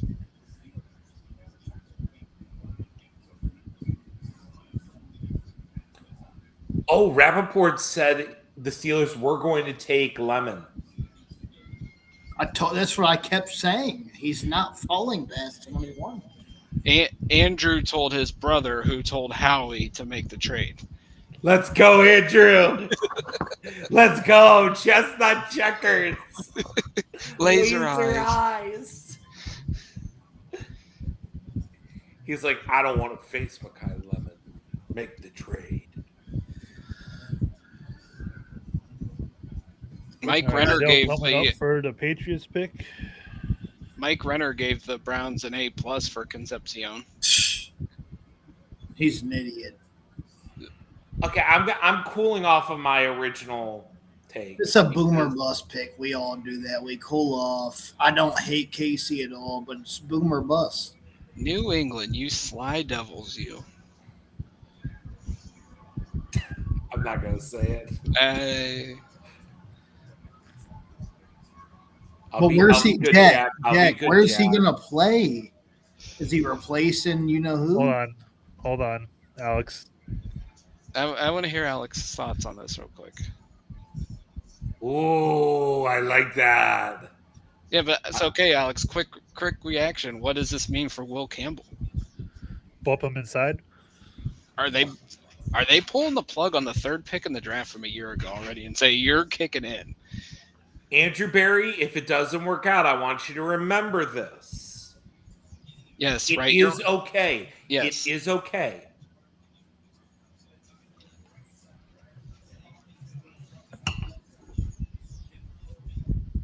Quite possibly, Tony, especially with how much he got beat in the playoffs. He was just abused every week, it seemed like.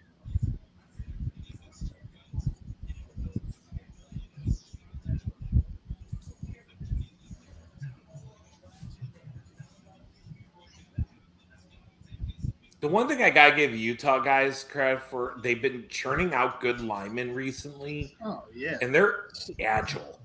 So can I ask what that means for that team up north now, having their I'll just say this: Whittingham was as good of a hire as they were going to make. As much as I hate to say it, Oh yeah. the thing is, they're going to run out Underwood, and I don't think he's good. Did you guys watch that spring game? I watched it all the way through. He sucks. Bryce is horrible. Tavian St. Clair is 10 times the QB that Bryce Underwood dreams to be. Alex Hale, you know what you're talking about. I mean, I still start Julian Sane because the throws he made last year at times are insane. I just question him under pressure. I mean, I feel like that's but he's not afraid of getting hit. Yeah, I've seen it during games as well. Yeah. So Bryce, man. I hope he takes the next step. I saw some of his decision making to run the ball, which was a thank God. Well, he runs a 4.6, so why don't you run the goddamn? Exactly. So if you see him, I'm hoping he learns to know when to scramble and get out of it. If that's what happens, then I think you're looking at next year. Right now, he's QB4 on the big board for next year. I will not spoil the top 5 today, Jack. That'll be a future. Well, we'll do a whole YouTube video on that one. I was already going to say, we will do that. It's already happening. And with next year's class, I hate to do this to you, Jokey. I almost want to do top 10 because there's so No, it's many. fine. Yeah, there are so many next year. It's insane. I mean, on paper it does, but like we said last year, once we picked up 2 1s, we all thought the quarterback class was going to be legendary this year, and then nobody really came out. So we thought we were going to have Arch Manning. We thought we were going to have Dante Moore. I never thought Arch Manning, in fairness. That is a fair one.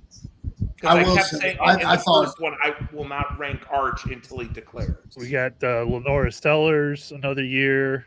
Got Maava from USC. Sam Levitt at I like now. Josh Hoover at Indiana. Aiden Childs went to Northwestern, who I think would have gone top 3 rounds if he declared. I'm going to put this on you right now, Alex. Over under 6 quarterbacks in the first round next year. As of today, over. The New York Jets have traded up with the 49ers. Denzel Boston. Carson Beck. I swear to God, if Nick Wilson jinxed us, I will force his fat It wasn't Nick Wilson's fault. It was John Fanta. All right. The 49ers trade pick 30 to the Jets for 33 and 179. So if you want to move up a few spots, it's not going to cost a whole lot. Easily. Get rid of those day 3 picks so I don't feel guilty about not Andrew Berry does that every year. Yes. He does that every year. You can almost guarantee San Francisco got everyone's favorite pick. The first pick of day 2. John Lynch slightly knows what he's doing. Yeah, but he missed out on the tackle. Well, I mean, he re-signed Trent Williams, so I guess he's fine, but still. We still got Warren on the board. We still have Cooper. I'm gonna make a call right now. If Emmanuel McNeil Warren is there at 32, the Browns are gonna come up and get Emmanuel McNeil Warren to end the first day. I'm calling my shot. We're gonna see if the generational run can end. Jim Tomey pointing the bat to the sky. But see, if that does happen, like, give me at least a pick swap. Like, like give We'll me. see what happens. I don't know Seattle's back end of this draft, but I need They have like 5 picks. okay. Here comes Okay. Goodell with the Chiefs pick. Okay. Alex, let us know when. He hasn't even walked out yet, which just sucks right now. I'll have Spectrum tomorrow at home, but like this sucks. Zach Jackson, 7 offensive tackles in the first 28 picks. Browns went tackle first, got 2 extra picks, and got their guy in Concepcion at 24. Strong execution of the draft plan. Let's see if they got the right players. I mean, it's a fair analysis. Yep, that makes sense for them. No emotion in it. Yeah, I mean, if you're looking at it from an unbiased perspective, and you're just doing straight analysis. They did what we all thought they were going to do, except it wasn't the guys we were hoping for, but they went out and got offensive tackle and wide receiver. We knew that was the positions that they needed to attack, and they did it. my thing is I look at KC as a complete boom or bust pretty much, so I'm just praying For sure. he's I mean, a boom. you look at his college career, 19 drops, 25 touchdowns. So he's definitely boom or bust.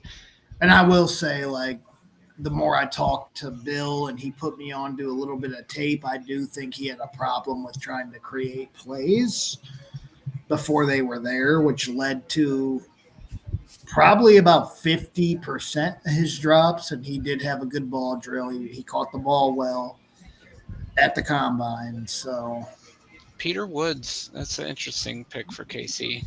This was a guy that going into this year was like a top 5 consideration. They all thought, the Mason Graham of this year. Clemson really destroyed some of their prospects this year. Between him, TJ Parker, Blake Miller was able to restore himself. Obviously, Kate Klubnik. But the year that they had, I mean, all their players just suffered. And the Jets pick is in at the moment. Yes. Got to be Denzel. All right. So Jake and Alex, we're going to put you guys backstage for a little bit. We'll bring you up at the end of the first round because we do have a special guest that is coming. Say hi on to our the guest show. for me. I will, absolutely. He is a longtime friend of the show. He is the managing editor over at Dogs by Nature, and we are so thankful for his time here tonight because we know he's a busy man over there. It is the one, the only, Jared Mueller, joining us here on the Dogland Draft Show. Jared, my what is man. up, brother? Man, I got 2 people kicked off for me. That's a little much right there. What is going on, man? It's been a minute. It has been a minute. How are you, boys? I'm good, man. It's good to see you. I know it has been a hot second since we've had a chance to just talk about things. Yeah, and it's been a day, so I'm a silly guy. I was building I'm building a cover over a 30 by 20 patio, and spent all day writing and putting metal roofing on that patio cover, and then we got 18 articles written up on the site today. So it's been a day. I know how busy you guys are, but You're man, gonna need like a hand massage after today with all the typing and all the building you've been doing. Yeah, the goal was I would be sitting outside for this 75-inch TV up, full roof on, and I didn't have the energy to even open the box for the TV at this point, and the full roof ain't on. Half the roof is on. I got the lower half. I got to do the top half the next couple of days, and we'll be rolling. So we've had a fun day, right? Literally the 3 things everyone thought the Browns would do, they did all 3 of them, so that's kind of fun. yeah, I was gonna say, like, what is your overall thoughts about how the Browns attacked day 1 of the draft as Omar Cooper just went off the board of the New York Jets at pick 30? Yeah, I think it's an interesting. I think overall, and I joked on somebody else's podcast that they played it safe. So I was jokingly saying they should probably get a safety with the 24th pick just to kind of play with it. But I think the reality is Andrew Berry might be on a version of a hot seat, and Todd Monken, he just now got to be a head coach, and neither of them really wanted to take hugely risky picks at this point in time. And so I think the trade makes a lot of sense. For me, it would have really stressed me out if they still pick Fano, but and I'm going to mispronounce his name for the rest of his career. That'll be work out really well for me. Good thing I do a lot of audio and video. But if they got him, but he was the second tackle, I would have always assumed they wanted the other guy that went first after the trade, and that would have pissed me off. But overall, I think Fano is the guy that has the highest floor of the tackles. I don't give a flying crap about arm length. I love technique, right? We saw that with Joe Thomas. I'm not saying he's going to be Joe Thomas, but he's got a lot of technique. His effort is off the charts, right? And so that's something that you love to see. He's got quick feet, all that. Concepcion, again, you want a wide receiver who does something, all right? And he's a explosive yak guy. I know drops, at least based on everyone texting me, is the big concern. I don't think he has any technique issues when it comes to drops. I think his quarterback was horrible. And after a while, when you don't know where the ball's going to be, it's harder to stay focused because you're like, that ball might be literally anywhere on my body. It's hard for me to kind of stay there. So adding another, two more picks, still getting those two guys, I think overall it's a really good draft. It might be chalk. It might not be the big trade down. It may not be, the high ceiling Proctor, or even Monroe Freeling kind of player. And Browns fans want that 6'4" receiver. They might be able to get that in the second, third, or fourth round, Jacoby Lane or somebody like that. So overall, feel good about it. The Browns didn't do anything stupid, which I think all of us, every time they're on the clock, you're like, please just don't do something stupid, something that doesn't make any sense. And they didn't do that, guys. So, we got to kind of celebrate it. Yeah, I mean, now you've really rebuilt your offensive line this offseason with the addition of Fano now in the draft, but also, who they brought in free agency and the trade. How are we feeling about this rebuilt offensive line here in Cleveland after it's been a really tough couple years battling injuries and guys getting older? Yeah, I think it's a really interesting looking back to the combine. I asked Andrew Berry a few questions about the offensive line, and he quickly rattled off what the Chicago Bears did and how they rebuilt their line last year. And I think he literally just did the exact same thing, right? I think there was a trade, a couple free agents, and then they drafted somebody or whatever. I forget exactly what the Bears did, but you saw that he had a plan in place. And so I think the plan is there. Yeah, I mean, do I wish Joel Bitonio could return still and slide him in at right guard, right? Put Elton Jenkins in at center, let Tevin be a back. That'd be a lot of fun, right? Still let Joel be there for one more year. Who knows? It's probably not going to happen, but that would be kind of my dream. But overall, I think in the NFL, you need, it's that whole idea of a weak link in a chain. I think the Browns don't have a weak link anymore. I think they have players who can do a variety of different things, very athletic, but can do some power, some duo, some of that kind of stuff. So I think overall, I'm glad to see no weak links. And then even if you look at who's probably maybe right now backups, you got, DeJuan Jones, if he's healthy, still was a decent right tackle at times. Tevin Jenkins, Luke Whippler, Zach Zinter has been nothing, but KT Levinston is a good 6th, 7th tackle. So now all of a sudden you have some depth there. And so, I think overall it's good to have an offensive line that's not horrible. We'll see what happens after that. Concepcion is talking to the media right now, and he told Browns fans to get your popcorn ready. Pulling an old Terrell. He needs a Owens new one. Quote. I know, right? But speaking of Concepcion, how do you feel about the offense now as a whole, adding him to the mix with Judy and Bond and Fannin? I mentioned it earlier. I said there's definitely a lot of explosive playmaking ability with the guys we have. But how do you feel about the skill positions right now? Yeah, I think, and I don't know if I'm going to say this the way I should, but I think you mostly have guys you can get the ball, that if the quarterback gets the ball out of his hands quickly, can do something with it. And that's kind of what you want at this point in time with both Watson and Shedeur Sanders. You just want them 1-2 reads, go, get it out. Let's go. Let's let some of these screens and quick throws and slants and all that become kind of explosive plays. And I think you've got players who can do that now. But you still have an Isaiah Bond, and even Concepcion and Judy can take the top off the defense. I think you're lacking some of those middle intermediate kind of area.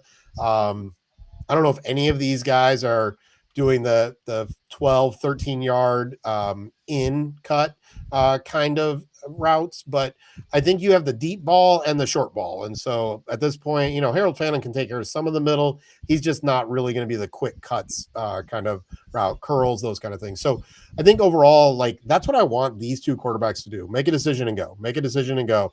And even deep balls, you don't need a 7-step drop to throw it deep. Put some arc on it. Throw it up there. Let him go get it. Bond's really fast. Just throw the ball down there and see what happens, right? So I think for who they have, I think it's a smart play. And I think Concepcion, Bond, they have a little Zay Flowers to them, which was Munkin's, speed guy in Baltimore. So we'll see how they use them.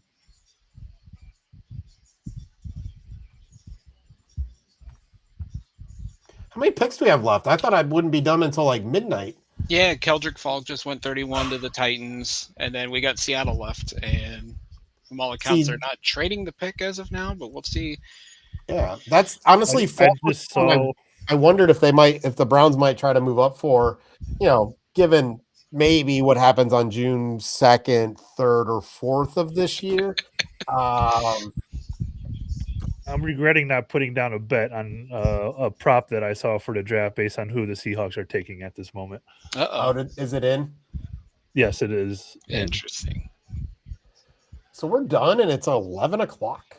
I know. I love the pacing of this, but the Goodell and everybody else, they could move faster. Oh, yeah, you definitely should have put the money down on that one. Yeah, definitely should have. Well, now I'm just going to see just because. I'm very surprised. Is there a prop bet on Myles Garrett getting traded that I should know about? I haven't looked at that and seen one for that. Oh, I just wondered. It is interesting by the Seahawks, but also not surprising to say the least.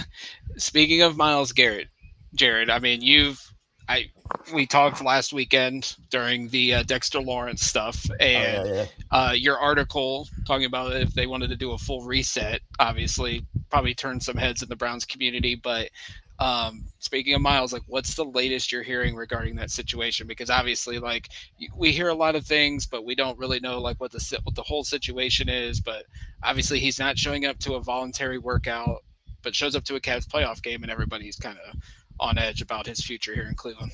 Yeah, I mean, I think the reality is I can say that his personal life has significantly changed in a year. Chloe Kim there's a lot of differences now in his life. And I can say that the Browns really want to do right by everybody. Like I always go back to the Bill Callahan thing. Like, they just let him walk, right? Like, he's under contract and they let him walk. They could have got a 4th round, 5th round, something pick from the Titans. And they're just like, hey, go ahead and coach with your son. Like, they want to do right. And from what I was told last year when I was so I did get it wrong. I thought he was going to get a whole new contract, technically got an extension. But from the beginning, I knew he was not going anywhere. Like, it was not going to happen, period, point blank. But what I was told was that they had an agreement that the Browns would be willing to make a big deal. They got the big offer for Myles starting this year if the team was not doing well. And the team did poorly, and Todd Monken, I don't think the whole Jim Schwartz thing is that big of a deal. It is what it is. But the Browns, it just makes sense, right? And so the Eagles trade that I shared is because everyone that I've talked to says that's where it makes sense for the Browns, is that the Eagles are going to get a 1st round pick in 2027 for AJ Brown plus something. And they just turned that and their 27 pick and their 28 pick and something else to the Browns for Myles Garrett. So the Browns now have 3 first round picks in 2027 and an extra pick in 2028.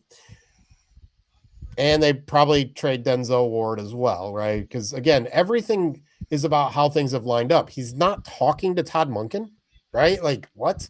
He's not talking to Todd Monken. Todd Monken doesn't know if he's talked to Mike Ruttenberg, right? He is in town and then doesn't even come over to Berea, right? Denzel Ward, they didn't fully restructure his contract, right? Like you just put dots together, and here's where we're at. So, yeah, I would say the Browns don't want to trade Myles Garrett. You're not replacing Myles Garrett ever, period. You're just not going to do it. But could the Browns be better without Myles Garrett in 2028? Probably at this point in time. And he's ready to go. Also, by the way, he good. He ready to go. Unless things like drastically, turn around here, which with the quarterback situation, you really just don't see that happening at all. And Myles is he's just really smart, right? Like last year, part of it was he was seeing if he could drum up business, but he's an intelligent guy. He's like, okay, maybe Joe Flacco can catch lightning in a bottle. Maybe Shedeur Sanders, maybe Jackson Dart, who doesn't matter. But he's going to get a bunch of money, and then maybe. Now he's looking at there's just nothing there. There's no maybe there. And so he's smart enough to say, hey, let's go ahead and move on. And he knows, he owns part of the Cavs. Some of his personal connections have kind of changed in Cleveland a little bit. All right, let me go be more worldly. But I think it's very telling that the Cowboys didn't make a push. So he wasn't trying to go back home. Even he wants to compete, and he wants to have some experiences in life that a world traveler and an intellect like him is kind of up to doing. So if he's on the team on June 15th, I'll be not shocked, surprised. At this point, I would probably say we're at 70-30. We had a conversation about Dexter Lawrence. Pretty sure it started because of you. But part of that is like, we can see, like, even with this draft, right? The Browns added good players, good prospects, but they didn't like shoot for the moon. You look at free agency, they added good players. They didn't shoot for the moon, right? Like, I can say Rasheed Walker, yeah, Packers, now Panthers. Yeah. Turned down more money from the Browns, thinking to get more money someplace else. And the Browns were like, all right, we'll sign Elton Jenkins and we're pulling our offer for you. And now they have Fano, right? Like but they don't want to suck. They don't want to be terrible. Well, why don't you want to be terrible? Because you think you're getting extra picks that are going to give you the flexibility that you don't need to be terrible. So Dexter Lawrence for 39, cool. Our defensive line gets a little better. And then the Bengals decided to be dumb and stupid. Yeah. So, this first round is officially over. The Seahawks took a running back there right at the end of the first round. A lot of interesting names as we sit here at the top of round two. With the 39th pick, Jackie, if you want to just pull it up, they could go defense, offense. There's still a couple of receivers available. Your thoughts on where they could go here at 39 now that they've kind of addressed two of their biggest needs with offensive tackle, wide receiver? Oh, who are we looking at? So we got McNeil Warren, I'm way Hood, too old to Denzel look Boston. at that. I'm going to pull it up over here. I can help you, Jared. No, you're good. I got it over here. I just didn't. No, you're fine. Oh, yeah, there we go. Yeah, no, I'm good. Oh, that made it worse for me. Yeah, you're good. Do your thing. I got it on my left. I got 3 screens. Okay. I'm good. I'm an old man. I love technology. Yeah, I mean, I think what's interesting is just looking at, like, Caden McDonald. Like, are you kidding me? He's still available? 2 corners, a safety. I mean, yeah. So I think it's a really interesting spot to be in. I think McNeil Warren, I think Ruttenberg wants a true center fielder safety. I think that he played a lot of split safety or versatile safety with Atlanta last year, but that's because he had Watts and Bates. They can do that. I don't think Ronnie Hickman is I don't think he wants to play a lot of split safety. So, but I've also heard the NFL is lower on him than the media is. I've heard the same thing about Oscar Delp, but again, it only takes one team, right? And there's no other tight ends really in this draft, right? Eli Sowers could be good or whatever, but there's just not a lot of tight ends. So, yeah, I don't know. I mean, McCoy had a first-round grade on him and Terrell. Though, cornerbacks falling is kind of like defensive tackles falling. That doesn't happen very often. So, Who would you guys, if you're looking at this best available, all of them are available at 39. Who are you taking? I'd probably take McNeil Warren personally. You get that center field safety, uh, 3 safety outlooks, which I mean Andrew Berry kind of hinted at in his pre-draft presser. I know that probably didn't mean anything, but yeah, I mean if all those guys were available, but I wouldn't even be angry if they took Denzel Boston. You just doubled up at a receiver, and you got a guy that's big body, outside threat. I mean, either one of those guys would be my picks. I wouldn't be shocked at a linebacker here on day 2. I mean, we know JOK is probably not coming back. You do have Schlesinger last year, but I would not be shocked. Maybe not at 39, but at some point here on day 2, grabbing a linebacker as well. Interesting.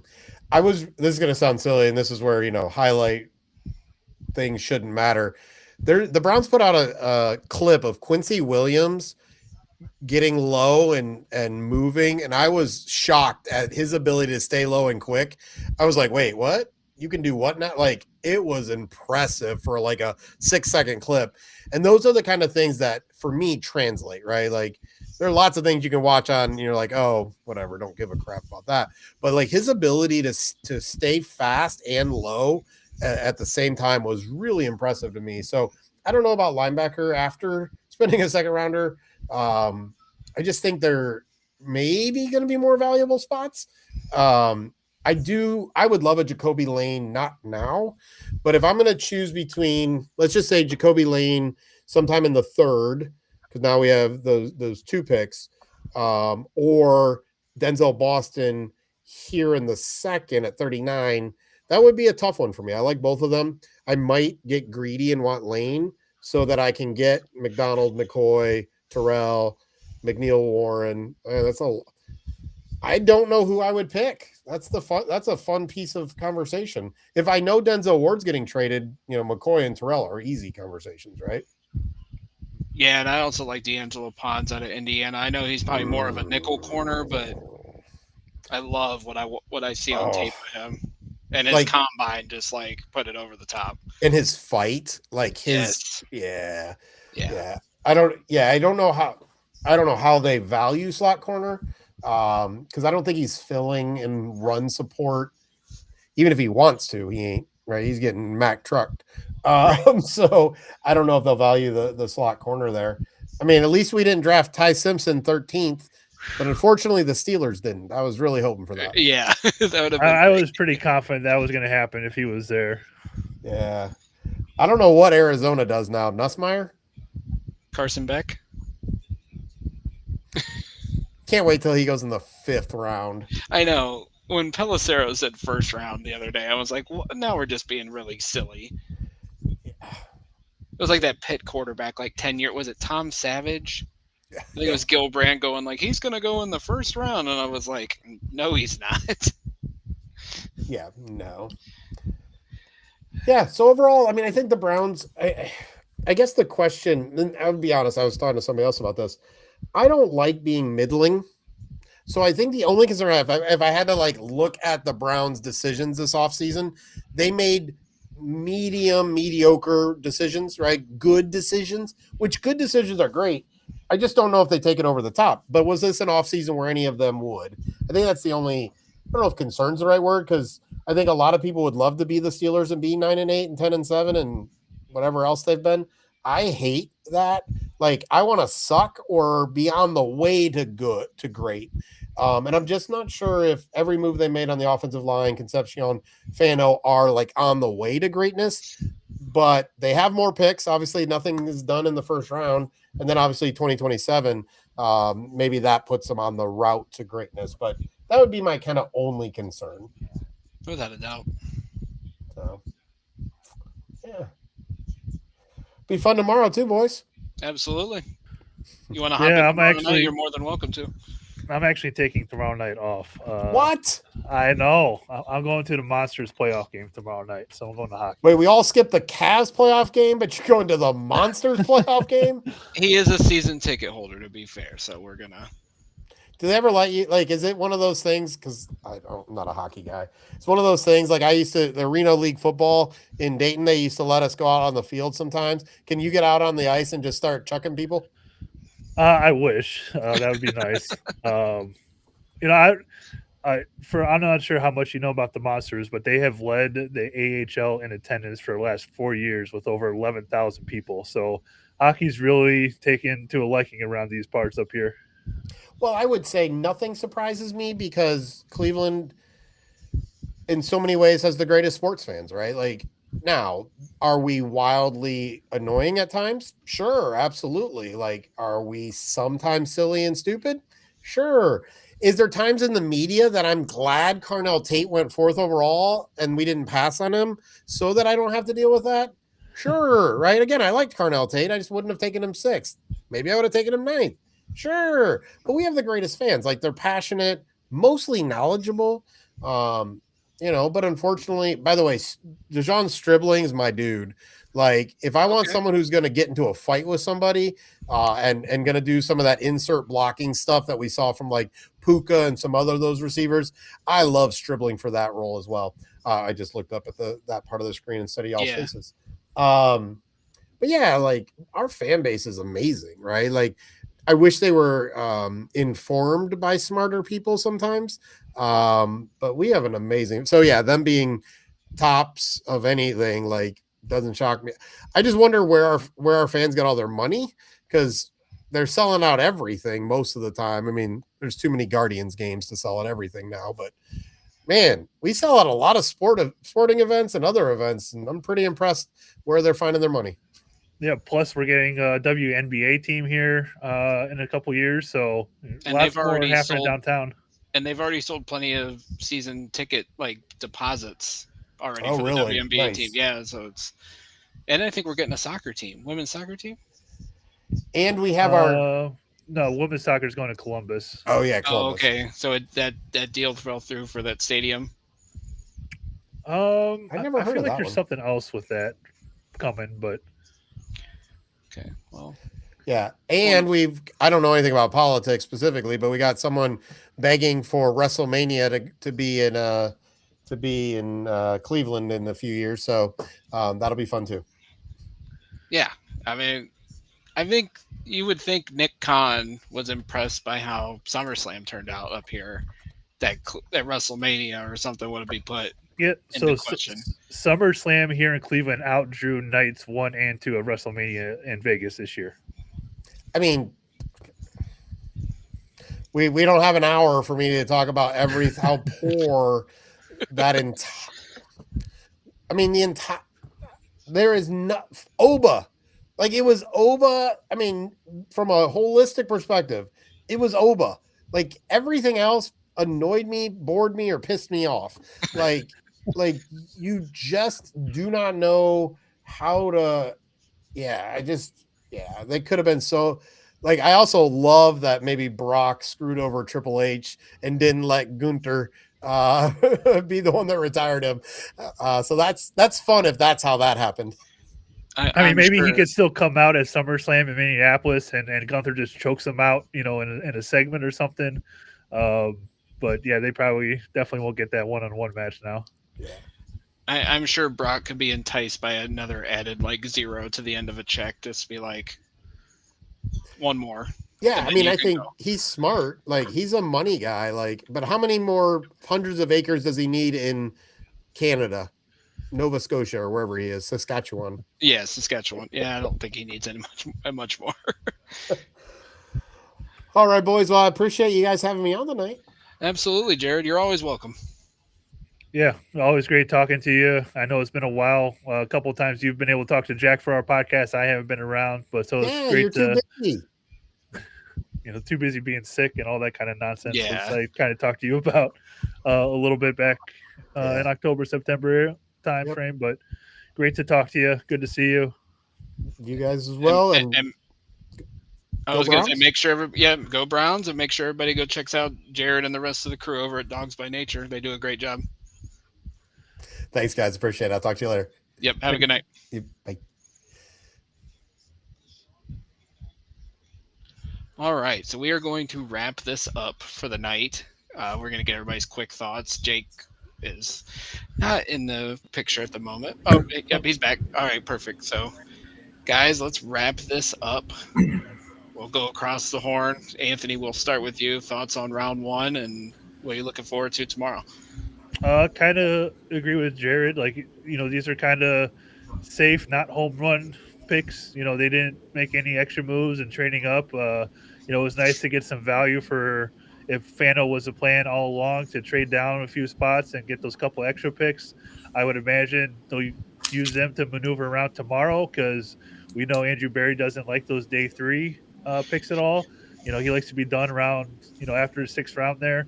Um, so I'm looking forward to see how everything gets moved around tomorrow and who they can acquire. Would love to see another receiver tomorrow. Definitely some options that we brought up. I forgot about Ponds, which you talked about there for a second, but certainly another piece or two will be added tomorrow. Looking forward to it. Alex.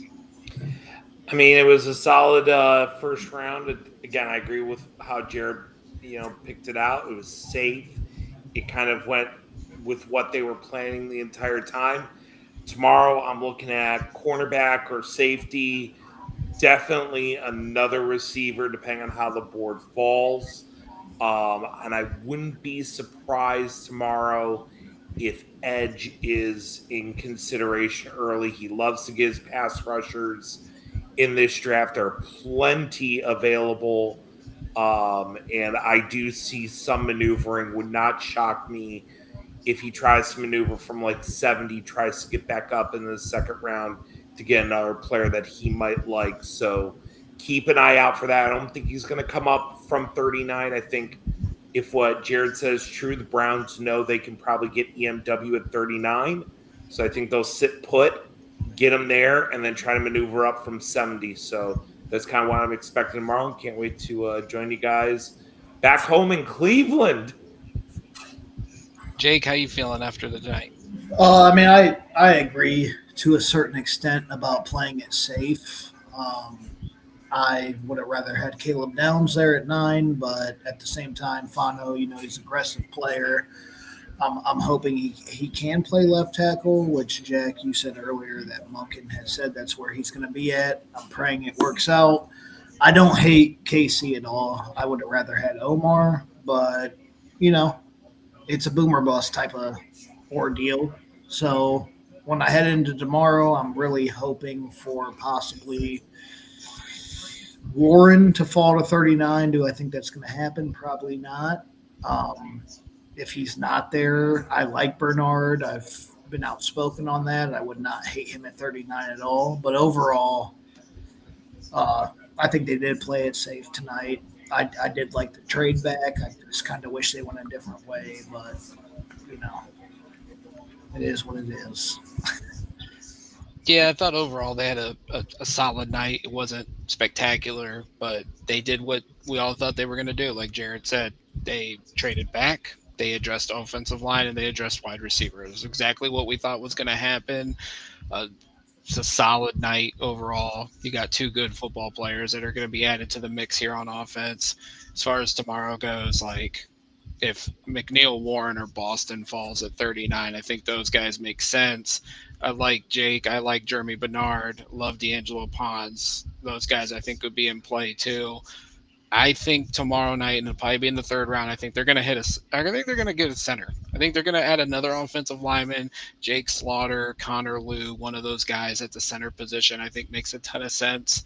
And hopefully we add three more solid football players to the mix tomorrow night, and looking forward to see how they attack it. You guys have any more final thoughts before we head on out? I don't think so. I think we've 3.5 hours of our round one draft show. I appreciate everybody hopping on here. It's been a great time. Always is talking with you fellas. And I don't think we got anything else for you. No. Go ahead, Alex. I was gonna say I enjoyed it. Well, with that, we will be back tomorrow night. Myself, Jake, and Alex at about. I think we're gonna start about 6:45, right before night 2 kicks off at 7. Right here on YouTube and Facebook. So if you guys are watching and haven't subscribed yet, make sure you do. Follow us on all our social media platforms at the Dogland, Facebook, YouTube, TikTok, and X. And we will see you guys tomorrow night. And as always, go Browns. Go Browns. Go Browns.